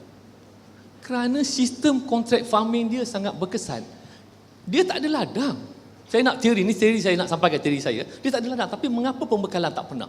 Harga tepat. Kerana dia ada dua konsep. Yang pertama sekali, dia subsidi makanan ayam, dia subsidi anak ayam. Baik, saya nak buat teori saya. Kok mana kita makan nasi? Makan nasi lauk apa? Lauk ayam. Makan nasi lauk apa? Lauk ikan. Makan nasi lauk apa? Lauk kambing. Makan nasi lauk apa? Lauk lembu. Betul. Hari ini aja kita lawan dengan nasi kita. Kalau kita boleh menguasai pembekalan lawan kepada ayam ni, lawan kepada nasi ni, kita akan berjaya. Negara kita akan boleh menarik ramai lagi investor keluar. Percaya cakap saya. Teori dia senang saja. Ni. Tadi sahabat saya kata kita ada state bank. Tapi saya kata macam ni. Apa yang kita perlu buat sekarang ni, kita kena ada tubuhkan satu GLC. Dalam bajet 2015 perlu ada satu GLC. GLC-nya hanya mengeluarkan bahan-bahan makanan untuk binatang sahaja. Ayam, kucing, lembu, kambing, ikan, kita keluarkan bahan makanan saja pada harga subsidi. Kita jangan beri subsidi pada end product. Kita beri subsidi pada primary product. Maksud saya makanan binatang ni. Ingat tuan-tuan, kalau kita tengok mesin yang keluar makanan ni, kalau kita tukar more dia, acuan dia akan jadi kecil, besar dan besar lagi. Begitu juga bahan dalam, bahan A, bahan B, bahan C. Kita ubah sesuai, dia akan sesuaikan. Ayam, itik, kucing, kuda, lembu, dia akan sesuaikan. Jadi kerajaan ambil bajet 6.2 bilion daripada bajet buat highway tadi masuk ke GLC. GLC ni produce hanya makanan binatang saja. Makanan binatang ni diberi dengan harga yang subsidi kepada seluruh rakyat Malaysia. Bila kita ada ayam kat rumah, kita ada itik, ada kambing, ada lembu, kita tak akan import daripada India, kita tak akan import daripada Australia, memadai untuk rakyat kita. Balance of payment kita akan positif. Percaya je kat saya. Sebagaimana KFC lakukan. Ini saya pernah suarakan dalam Majlis Perniagaan Muda. Kalau kita boleh buat ini, insya-Allah tak ada masalah. Kita ubah mall, boleh makan kambing. Ubah mall boleh makan ikan. Kita akan negara pengeluar ikan hiasan yang terbesar di dunia. Kita akan mengeluarkan ikan haruan yang terbesar di dunia. Kita akan menjadi the biggest power. Ini yang Thailand buat, kita tak buat. Kalau kita boleh buat ini, alahkan cantik. Pakar-pakar dalam bidang makanan UPM, UKM. Saya percaya sekarang kita boleh buat benda ini. Orang ramai, kalaulah saya cerita, kalaulah nak raya kita ada 5 ekor ayam, kita tak beli kat pasar dah. Jadi kita tak susah payah, jangan naik harga, tak susah. Ini yang paling penting, paling basic sekali, lawan kepada nasi. Apa dia? Kita kontrol yang itu. Saya percaya sekarang kita boleh buat benda ni, kita akan menjadi negara yang positif. Defisit tak defisit dah. Tak payah import dah, lembu-lembu semua tak import. Kita ada, KFC tak ada FECRA, tak ada tabung haji, tak ada IOI, kita ada semua. Kenapa kita tak buat kontrak farming kepada penuaka-penuaka? Yang ini yang fail. Yang fail bajet 2015 menjana apa matlamat dia. Kalau kita katakan human bajet rakyat adalah fokus kita, tumpu kat sini. Kalau tidak tak guna, tak ke mana kita. Percaya cakap saya. Jadi kalau kita buat benda ni, kita akan lebih positif. Lepas tu dari segi sekarang ni, kalau duit nak saya keluar dari sini kalau ada duit kita sekarang, macam mana kita nak supaya sustaining power duit kita sekarang ni? Taruh dalam bank, duit akan merosot. Lepas itu beli saham tak naik harga. Saham Feda dah down semua sekali. Macam mana kita nak buat sekarang ni?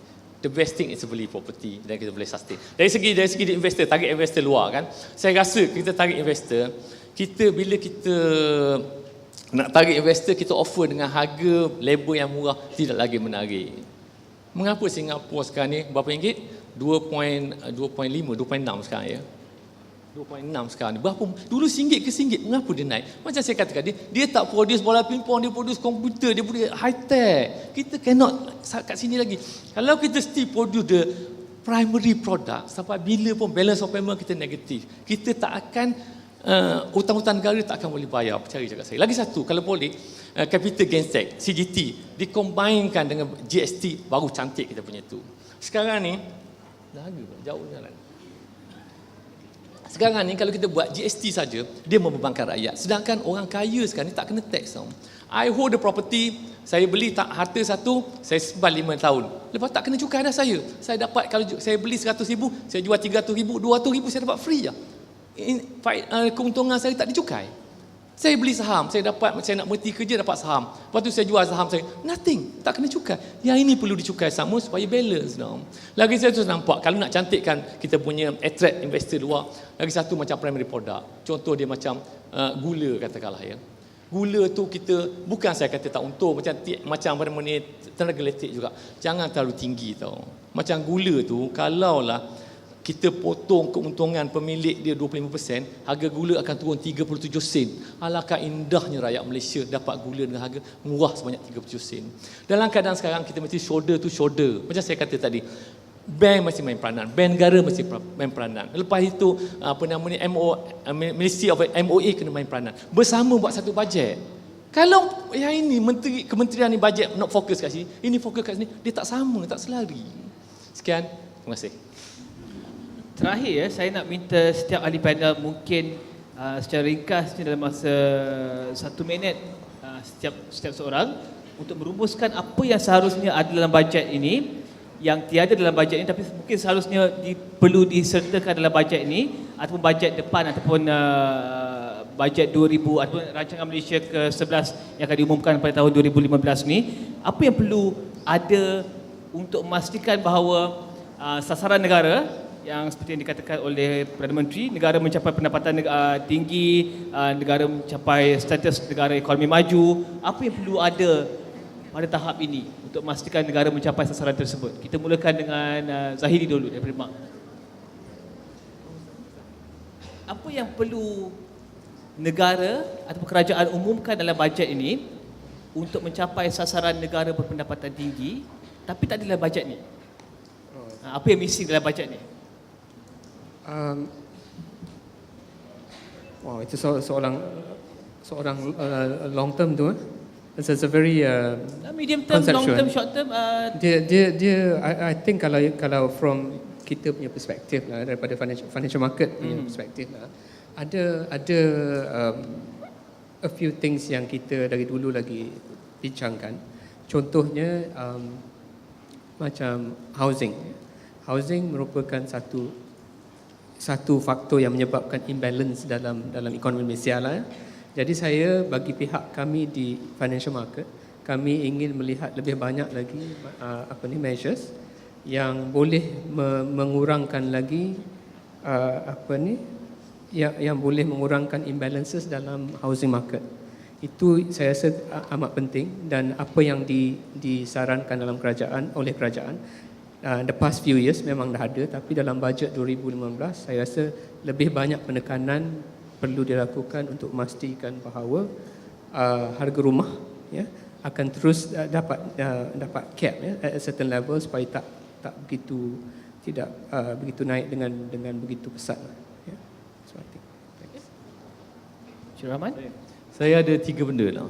Yang pertama sekali, kalau boleh next year, jangan naikkan gaji ahli parlimen sebelum perbincangan bajet. Dia senyap je sebab dah naik gaji dulu je.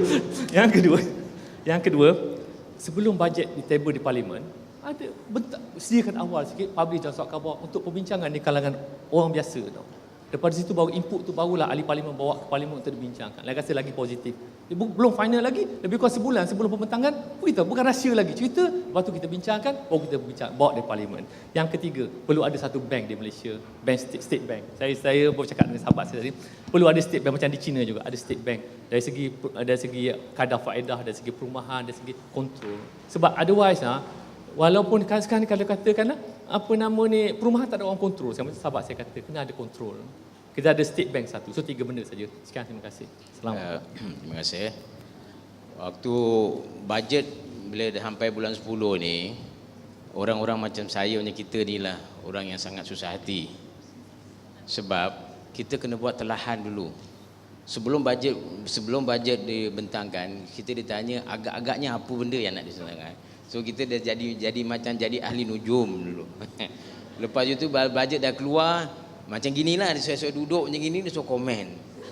Itu pun susah juga. Itu susah. Okey, tak apalah. Tapi bajet kali ini bajet yang paling senang untuk predik. Sebelum bajet datang, kita dah boleh agak-agak apa benda yang ada.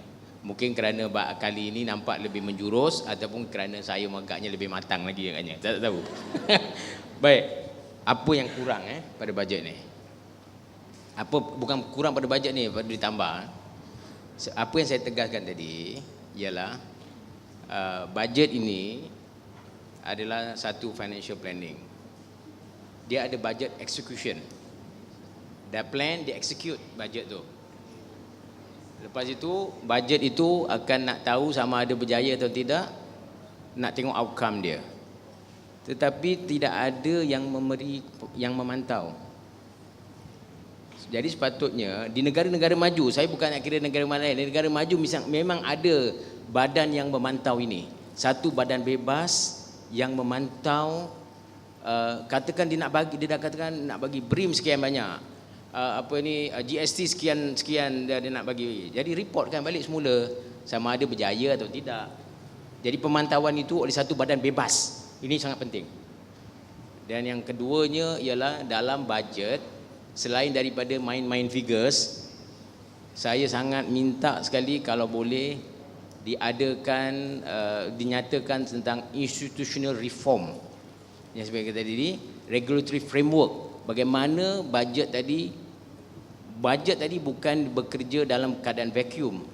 Tapi dia mesti bekerja dalam satu rangka kerja yang disokong oleh institutional framework dan juga regulatory framework yang mantap, yang tegas itu.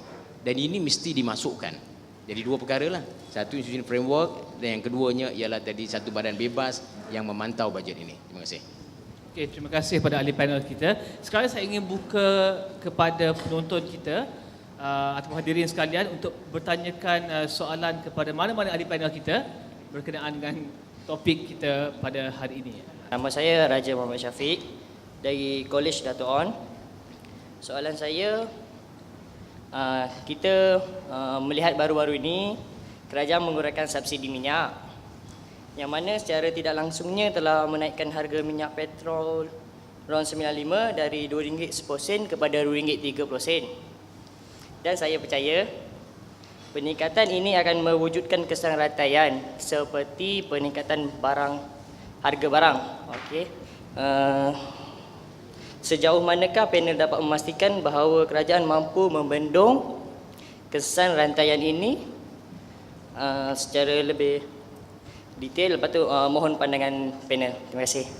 Okey, dan kita ambil soalan daripada yang seorang tadi tu yang pakai baju purple. Assalamualaikum, nama saya Izzuddin daripada UKM. Saya nak tanya kepada Prof. Zakaria. Tadi Prof ada cakap pasal minimum wage. Saya nak bertanya, adakah bagi pendapat Prof, kalau kita menjadikan minimum wage tu based on education level, adakah itu akan menggalakkan labor ni untuk mendapat edukasi yang tinggi dan akan meningkatkan saya ingin bertanya kepada Prof. Zakaria berkaitan minimum wage. Kalau kita jadikan minimum wage tu based on education level, SPM, ijazah, adakah itu akan menjadikan labor tu semakin meningkatkan education level diorang dan akan meningkatkan produktiviti pekerja? Saya nak buat yang pertama dulu lah. Saya selim dah. Teruskan. Kesan rantaian ni tak boleh dibendung. Sebab dia dah jadi begitu. Tuhan dah jadikan dia begitu. Makna dia bagi satu output menjadi output menjadi input yang lain. Dia tak boleh dibendung. Dia dalam ekonomi dia kata think is as given. Jadi bermakna yang patut dibendung ialah kita kena berhati-hati. Kita kena berhati-hati supaya perkara itu kita kena estimate, kita kena kira dulu. Kalau kita buat begini, dia akan jadi begini. Kalau kita buat begini, dia akan jadi begini. Yang itu kita perlu research, perlu estimate, kita perlu kira. Jangan kita laksanakan lepas itu baru kita nak menggelabah. Tak boleh gitu. Jadi memang fuel ni kan, subsidi fuel ni, dia saya kata tadi dia memberi kesan yang widespread. Kalau tengok dari segi rantaian industrinya, dia yang paling antara yang tinggi rantaian antara industrinya. Jadi memang tak boleh dibendung. Jadi kalau kita naikkan harga naik 210 pada 230 tu, memang pasti akan ada inflationary pressure. Memang pasti. Sudah tidak syak lagi katanya. Memang pasti ada. Cuma itu kena dikira bagaimana harga akan naik nanti. Dan kepada industri mana yang naik, kepada bagaimana dia memberi kesan kepada welfare of the consumers, welfare pada household, itu kena dikira. Sebab kita kena lihat dari segi consumer ataupun household tadi, household yang mana yang banyak pakai kerosene, yang banyak pakai LPG, yang banyak pakai RON 95, yang banyak pakai RON 97, yang banyak pakai diesel, itu direct impact. Yang indirect impactnya lain lagi. Kerana minyak ini dia bagi pada kilang buat mi rebus pula. Kilang buat mi kuning tu pun akan ada kesannya. Kilang yang buat katakan buat kuih lapis pun ada kesannya. Pada zahirnya memang tak ada, tapi indirect effectnya ada. Jadi ini semua perlu kita tahu dulu. Itu pertama.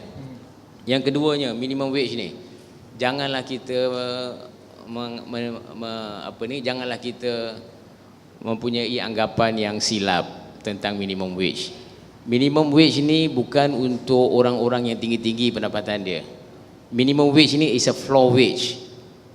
Jadi kita hanya main dengan gaji orang-orang yang rendah saja ni. Sebab itu minimum wage Malaysia ni kita kenakan kepada mereka yang unskilled lah kebanyakannya. Yang pendapatannya dulu di bawah daripada 900 dinaikkan kepada 900 di Semenanjung, di Sabah dan Sarawak 800 gitu. Dan diharapkan dengan peningkatan, dan kita tak main, kita tak tentukan harga kadar upah bagi technician, bagi engineer, bagi doktor, bagi apa. Ini tak ada minimum wage. Ini akan ditentukan oleh demand and supply of labour. Kita tak main benda tu. Tetapi kita harapkan minimum wage ini as an instrument. Kita harapkan bila kita intervene at low floor level, dia akan ada restructuring of general wages. Jadi maka upah lain-lain semakin naik. Itu dari segi teorinya. Itu dari segi teorinya. Tapi dari segi praktikalnya akan kita lihat bahawa di Malaysia ni yang saya faham, banyak daripada allowances dah di-convert kepada basic wage. Dan akhirnya banyak daripada majikan telah mengambil kesempatan ini dan menyebabkan upah tidak naik dengan seperti mana yang kita harapkan. Jadi ini pun adalah satu perkara yang kita kena perhatikan sedalam-dalamnya, sehalus-halusnya. Tapi ini adalah pertama kali kita mengamalkan minimum wage policy, dan kita harapkan di tahun-tahun berikutnya supaya majikan dan pekerja akan menjadi lebih matang lagi. Minimum wage ini bukan untuk apa Minimum wage ini adalah untuk correct the imperfection dalam labour market. Kalau boleh kita jangan kalau labour market dah perfect, kita tak perlu ada minimum wage. Minimum wage boleh ditarik balik. So perkara minimum wage ni adalah perkara yang kita tak suka buat tapi kena buat juga. Baik, terima kasih. Okey. Zaidi, saya rasa ada soalan untuk Prof, this minimum wage ni adakah akan sebab dia selalu cerita pasal minimum wage. Saya kadang-kadang tak faham. Foreign workers ni macam mana kita nak bezakan dengan adakah minimum wage ni akan berlainan tahapnya pada foreign workers ke macam mana? Ke ada any policy yang boleh horizontal communication. Boleh. Another one. I pun nak tambah soalan dari itu. Pengurangan subsidi kepada petrol, ia memang tidak dapat dielakkan. Tapi adakah cara yang lebih baik dilakukan untuk memastikan bahawa jika ada kesan rantaian tersebut dapat dikurangkan knee-jerk reaction je. Sebab saya rasa bila naik 20 sen, dia punya knee-jerk reaction akan lebih besar. Tapi mungkinkah dengan pelaksanaan mungkin naik 5 sen ataupun 1 sen, naik secara berkala dalam masa 4 bulan ke 6 bulan, adakah ini akan dapat mengurangkan impact tu bagaimana? Saya rasa kita buat dengan minimum wage tu. Minimum wage ni there is no discrimination. Dalam ILO, International Labour Office, International Labour Organization, memang tak boleh kita discriminate between foreign and local workers, tak boleh. Dari segi kemanusiaan memang tak boleh. Sebab dia pun menyumbang, foreign workers juga menyumbang kepada process of production. Kita tahu bahawa the main beneficiaries of minimum wage ni ialah foreign workers. Nak buat macam mana? Dia keadaan begitu. Tapi kita harapkan supaya dengan implementation minimum wage yang sedemikian, kita punya reliance or dependence on foreign workers ini dapat dikurangkan. Itu dari segi one of the objective. Tapi kita tahu bahawa foreign workers makin banyak lagi. Di sinilah dapatnya berkecelaruan antara Human Resource Ministry dengan KDN punya polisi. Saya tak tahu, itu pun saya tak boleh jawab. Cuma kita tahu bahawa sekarang ni Malaysia telah duduk dalam tier 3 dalam human trafficking. Makna dia dalam tier 3 human trafficking ni kita mengendalikan foreign workers kita dalam keadaan yang sungguh tidak baik lah, begitu. Jadi kita kena berhati-hati. Kalau nak kita discriminate against them, mati kita. Saya cakap. Jadi kita tak boleh discriminate sama sekali. Sama ada daripada ILO punya convention ataupun dari segi sikap kemanusiaan pun tak boleh. Kita mesti ingat bahawa foreign workers ni bukannya tak bagus. Bagus. Cuba bayangkan, kita punya ekonomi ni, dia punya jantungnya ada jelah juga pada plantation kita. And almost 98-99% of the harvesters yang pungut buah tu adalah foreign. Kalau dia tak buat kerja, that industry yang jantung ekonomi kita tu akan stop berdenyut, mati kita. Jadi kita tak boleh, kita kena jaga dia baik-baik. Keduanya soal apa tadi? Kesan rantaian. Soal subsidi ni bukan mudah, kerana kalau kita lihat subsidi ni adalah, jadi saya katakan tadi, subsidi ni sebenarnya nak selesaikan masalah fiscal policy, sebab fiscal deficit. Dan fiscal deficit ini kalau kita lihat, sebab tu kita lihat macam ada one to one correlation. Dia kurangkan subsidi, dia bagi BRIM. Kurangkan subsidi, dia bagi BRIM. Macam gitulah. Jadi memang betul pun blanket subsidi nak dikurangkan, kerana subsidi ni blanket subsidi pada fuel di blanket subsidi. So dia nak bagi kepada more targeted, subsidi yang bersasar katanya. Jadi dia bagi kepada BRIM macam gitu. Saya in principle saya bersetuju kepada pengurangan subsidi fuel ni. Saya bersetuju. Cuma bagaimana kita nak buat itu, kita perlu teliti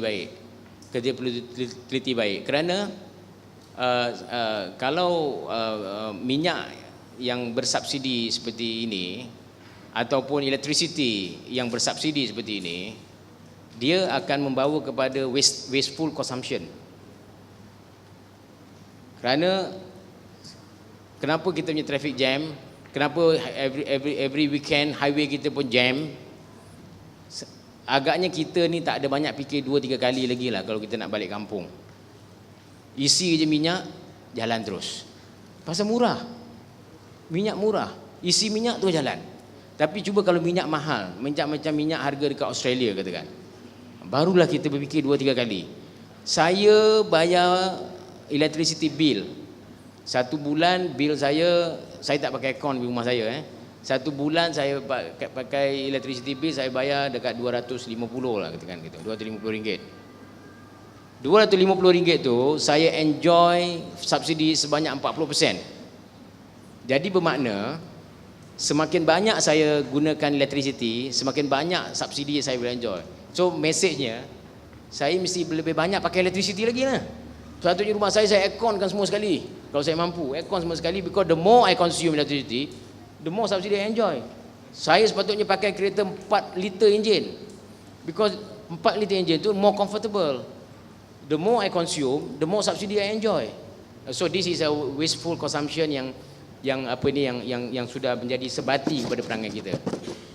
Tapi kalau kita dapat membendung seperti ini, subsidi ini dikurangkan, orang-orang macam perangai macam saya ni berfikir, bukan sekali je fikir saya, lepas tu saya dah tak buat lagi. Tapi Prof, kita according to dia tu, pada 29 September kita yang ke-18, yang ke-19 harga pengeluar petrol yang mahal, 58 sen US dollar per liter, kita yang ke-19.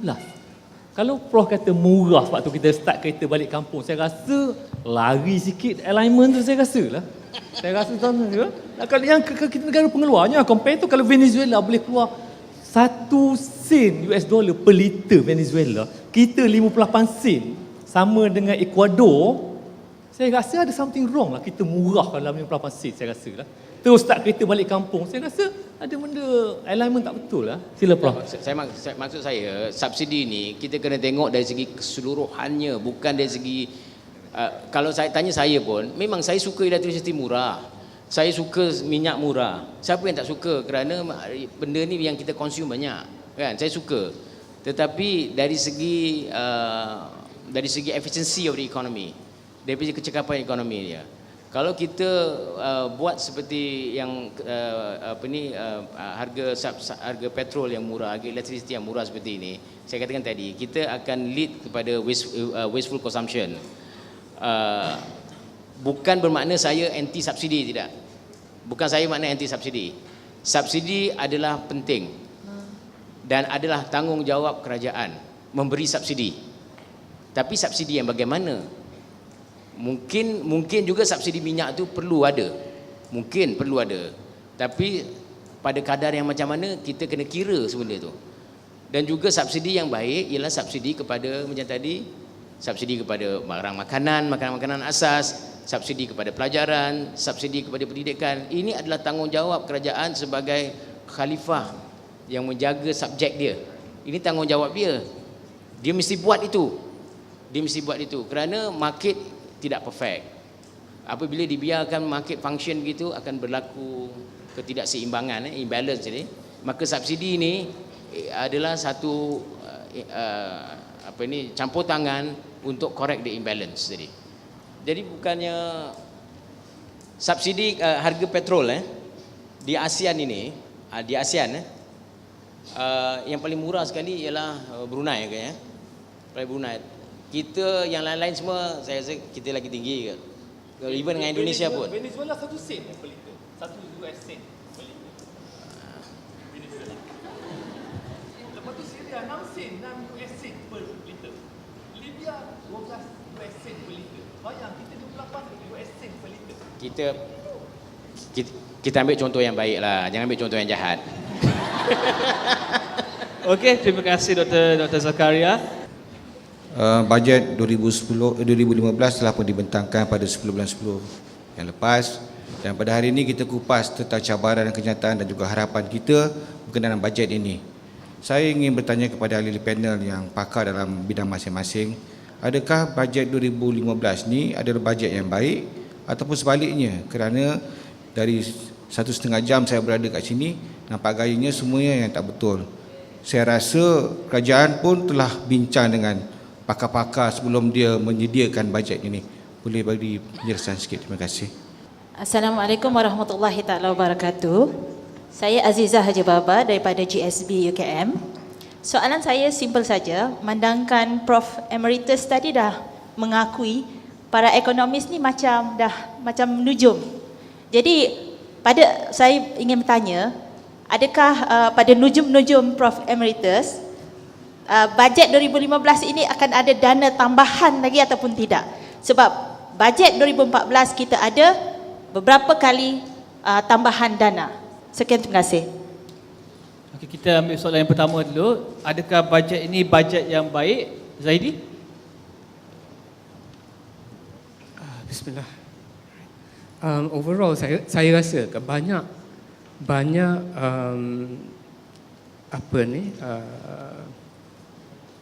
balancing act. Orang kata balancing act. Nak buat satu benda ada trade off benda lain. Saya rasa overall it's a good budget. In fact kalau kita lihat dari segi apa yang fokus sebenarnya nak mengurangkan keseimbangan yang berlaku dalam ekonomi Malaysia ya. Dan memang yang tu memang dah difokus memang secara tepat ya. Macam fiscal consolidation tu kita terpaksa buat benda-benda macam tu. Reducing subsidi tu minta maaf reducing subsidi tu saya memang kena buat juga. Yang fuel tu bukan blanket subsidi. Saya agree dengan removal blanket subsidi sebab saya tengok ramai orang yang kereta besar-besar pergi pakai minyak subsidi, which saya rasa tak perlulah kan. Kalau dah ada duit tak payahlah pakai minyak subsidi. Untuk yang subsidi should be targeted untuk orang yang betul-betul perlu.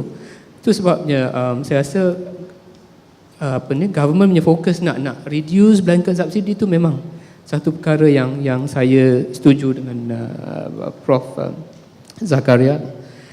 Tapi seperti mana yang saya rasa PM kita memang mention dari awal speech dia memang cakap a very difficult balancing act. Memang saya rasa memang difficult balancing act sebab kita nak reduce imbalances, ada side effect itulah yang government terpaksa bagi BRIM sementara sehingga dia punya revenue yang sepatutnya dapat banyak, dapat sikit saja, lebih kurang berapa, tak sampai 1 bilion.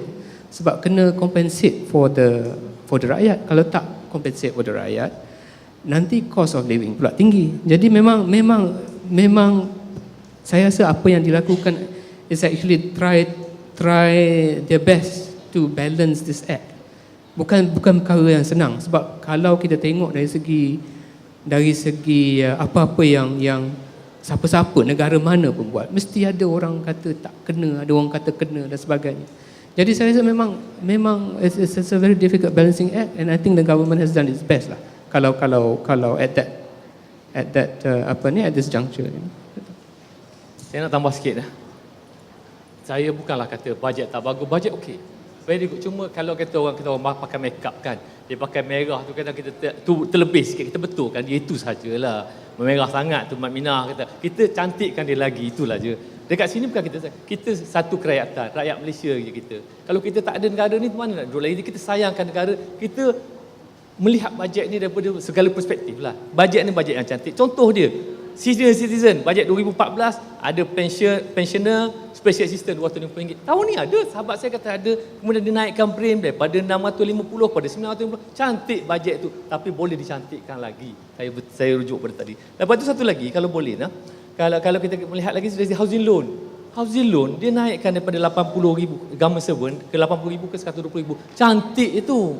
Tapi saya melihat dari sudut lain pula. Sudut lain, adakah kuasa membeli kuasa berbelanja pada government servant lagi? Kebanyakannya 60% dah digunakan untuk membayar pinjaman. Tinggal lagi 40%, itu aja kuasa membeli. Yang itu yang saya katakan patut kita ubah suai itu. Kuasa membeli dah kurang. Macam tadi kan 300 bilion hutang tadi. Jadi bajet memang cantik. Saya memang setuju. Lepas itu household, prima diperkenalkan. Lepas itu rumah special. Lepas itu banyak benda. Saya tak kata tak cantik. Memang cantik. BRIM semua cantik. Tapi kalau dia extend kepada middle group BRIM tu, lagilah cantik. Tak begitu? Itu sajalah. Saya bapak tuan tadi, memang cantik bajet. Boleh laksanakan. Pada supplementary budget itu saya risaukan. Almost every year ada supplementary budget. Tak payahlah supplementary budget. Itu kita belanja cukup-cukup macam ni. Macam saya katakan tadi tak. Capital expenditure macam highway, tak payah buatlah lagi. Defer ke 2016, defer 2017 sebab kita orang miskin. Contoh saya boleh katakan, kalau kita pakai baju kita koyak, jangan buang terus baju tu, beli baju baru, tampal dulu. Boleh pakai lagi untuk 5-6 bulan. Baru dah koyak betul, baru kita beli baju baru. Sekian. Wabillahi taufiq wa hidayah. Assalamualaikum. Terakhir Dr. Zakaria. Saya ringkas sajalah.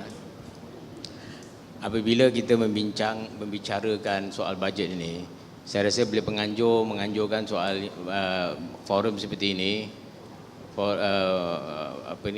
Penganjur pun sudah boleh menjangkakan bahawa beberapa perkara kontroversial akan timbul, kan? Tapi kontroversial seperti ini bukan bermakna kita tak sayang negeri ini. Bukan makna dia kita tak sayang negeri ini. Kita katakan bahawa bajet itu, apa yang seperti sahabat saya katakan tadi, bukan sahaja perkara yang mudah. It's a balancing act. Yang saya sebagai ahli ekonomi, kita melihat bahawa balancing act itu adalah perkara yang sukar untuk dibuat. Perkara itu ada sangat sukar untuk dilaksanakan. It's more an arts rather than a science. Seni membuat perancangan itu adalah penting ini. Cuma kita nak katakan bahawa bermakna yang saya katakan apa yang dibuat itu betul. Kalau dia nak bagikan kepada membantu orang golongan berpendapatan rendah dan sederhana, apa yang dilakukan itu adalah betul. Maknanya tidak bercanggah, maknanya tidak lari daripada teori itulah.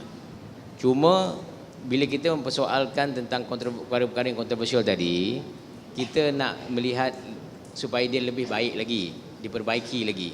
Itu pertama. Yang keduanya, apabila kita persoalkan soal bajet, tadi saya katakan, bajet ni is a yearly planning, yearly financial planning.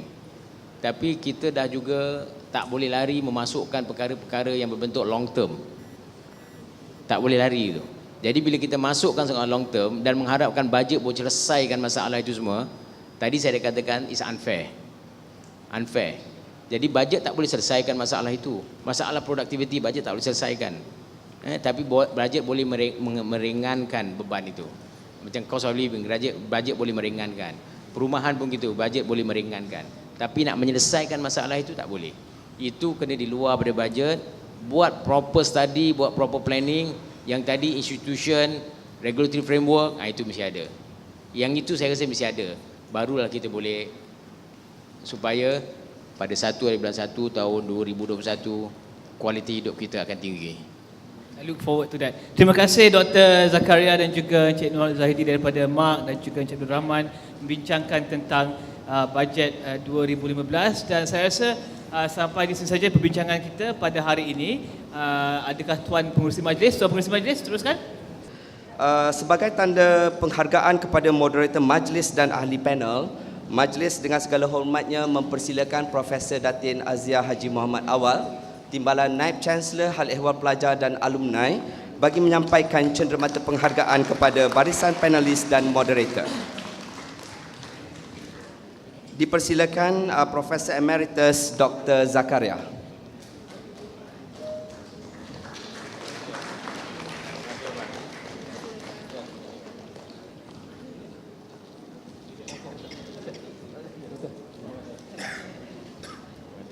Seterusnya dipersilakan Encik Rahman.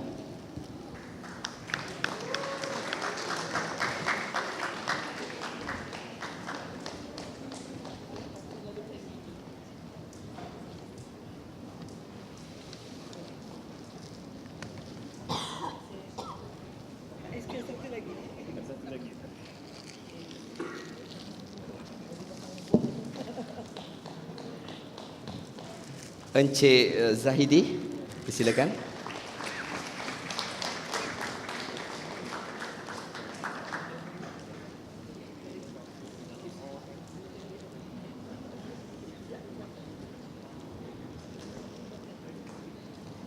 Seterusnya dipersilakan Saudara Rizal.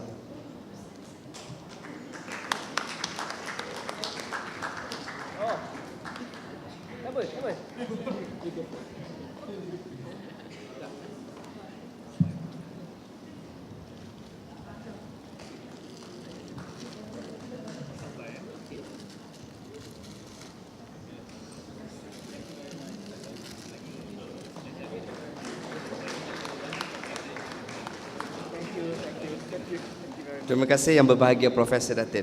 Sekali lagi majlis mengucapkan jutaan penghargaan kepada semua yang hadir dalam menjayakan bicara persada ini. Semoga apa yang kita lakukan ini diredai oleh Allah hendaknya. Hadirin sekalian dijemput ke bilik bangkuasi di bawah floor ini untuk aras 2 ini untuk jamuan ringan. Disediakan untuk semua hadirin. Sekian, saya sudahi dengan wabillahi taufik wal hidayah. Assalamualaikum warahmatullahi wabarakatuh. Bertemu lagi kita di bicara persada yang akan datang.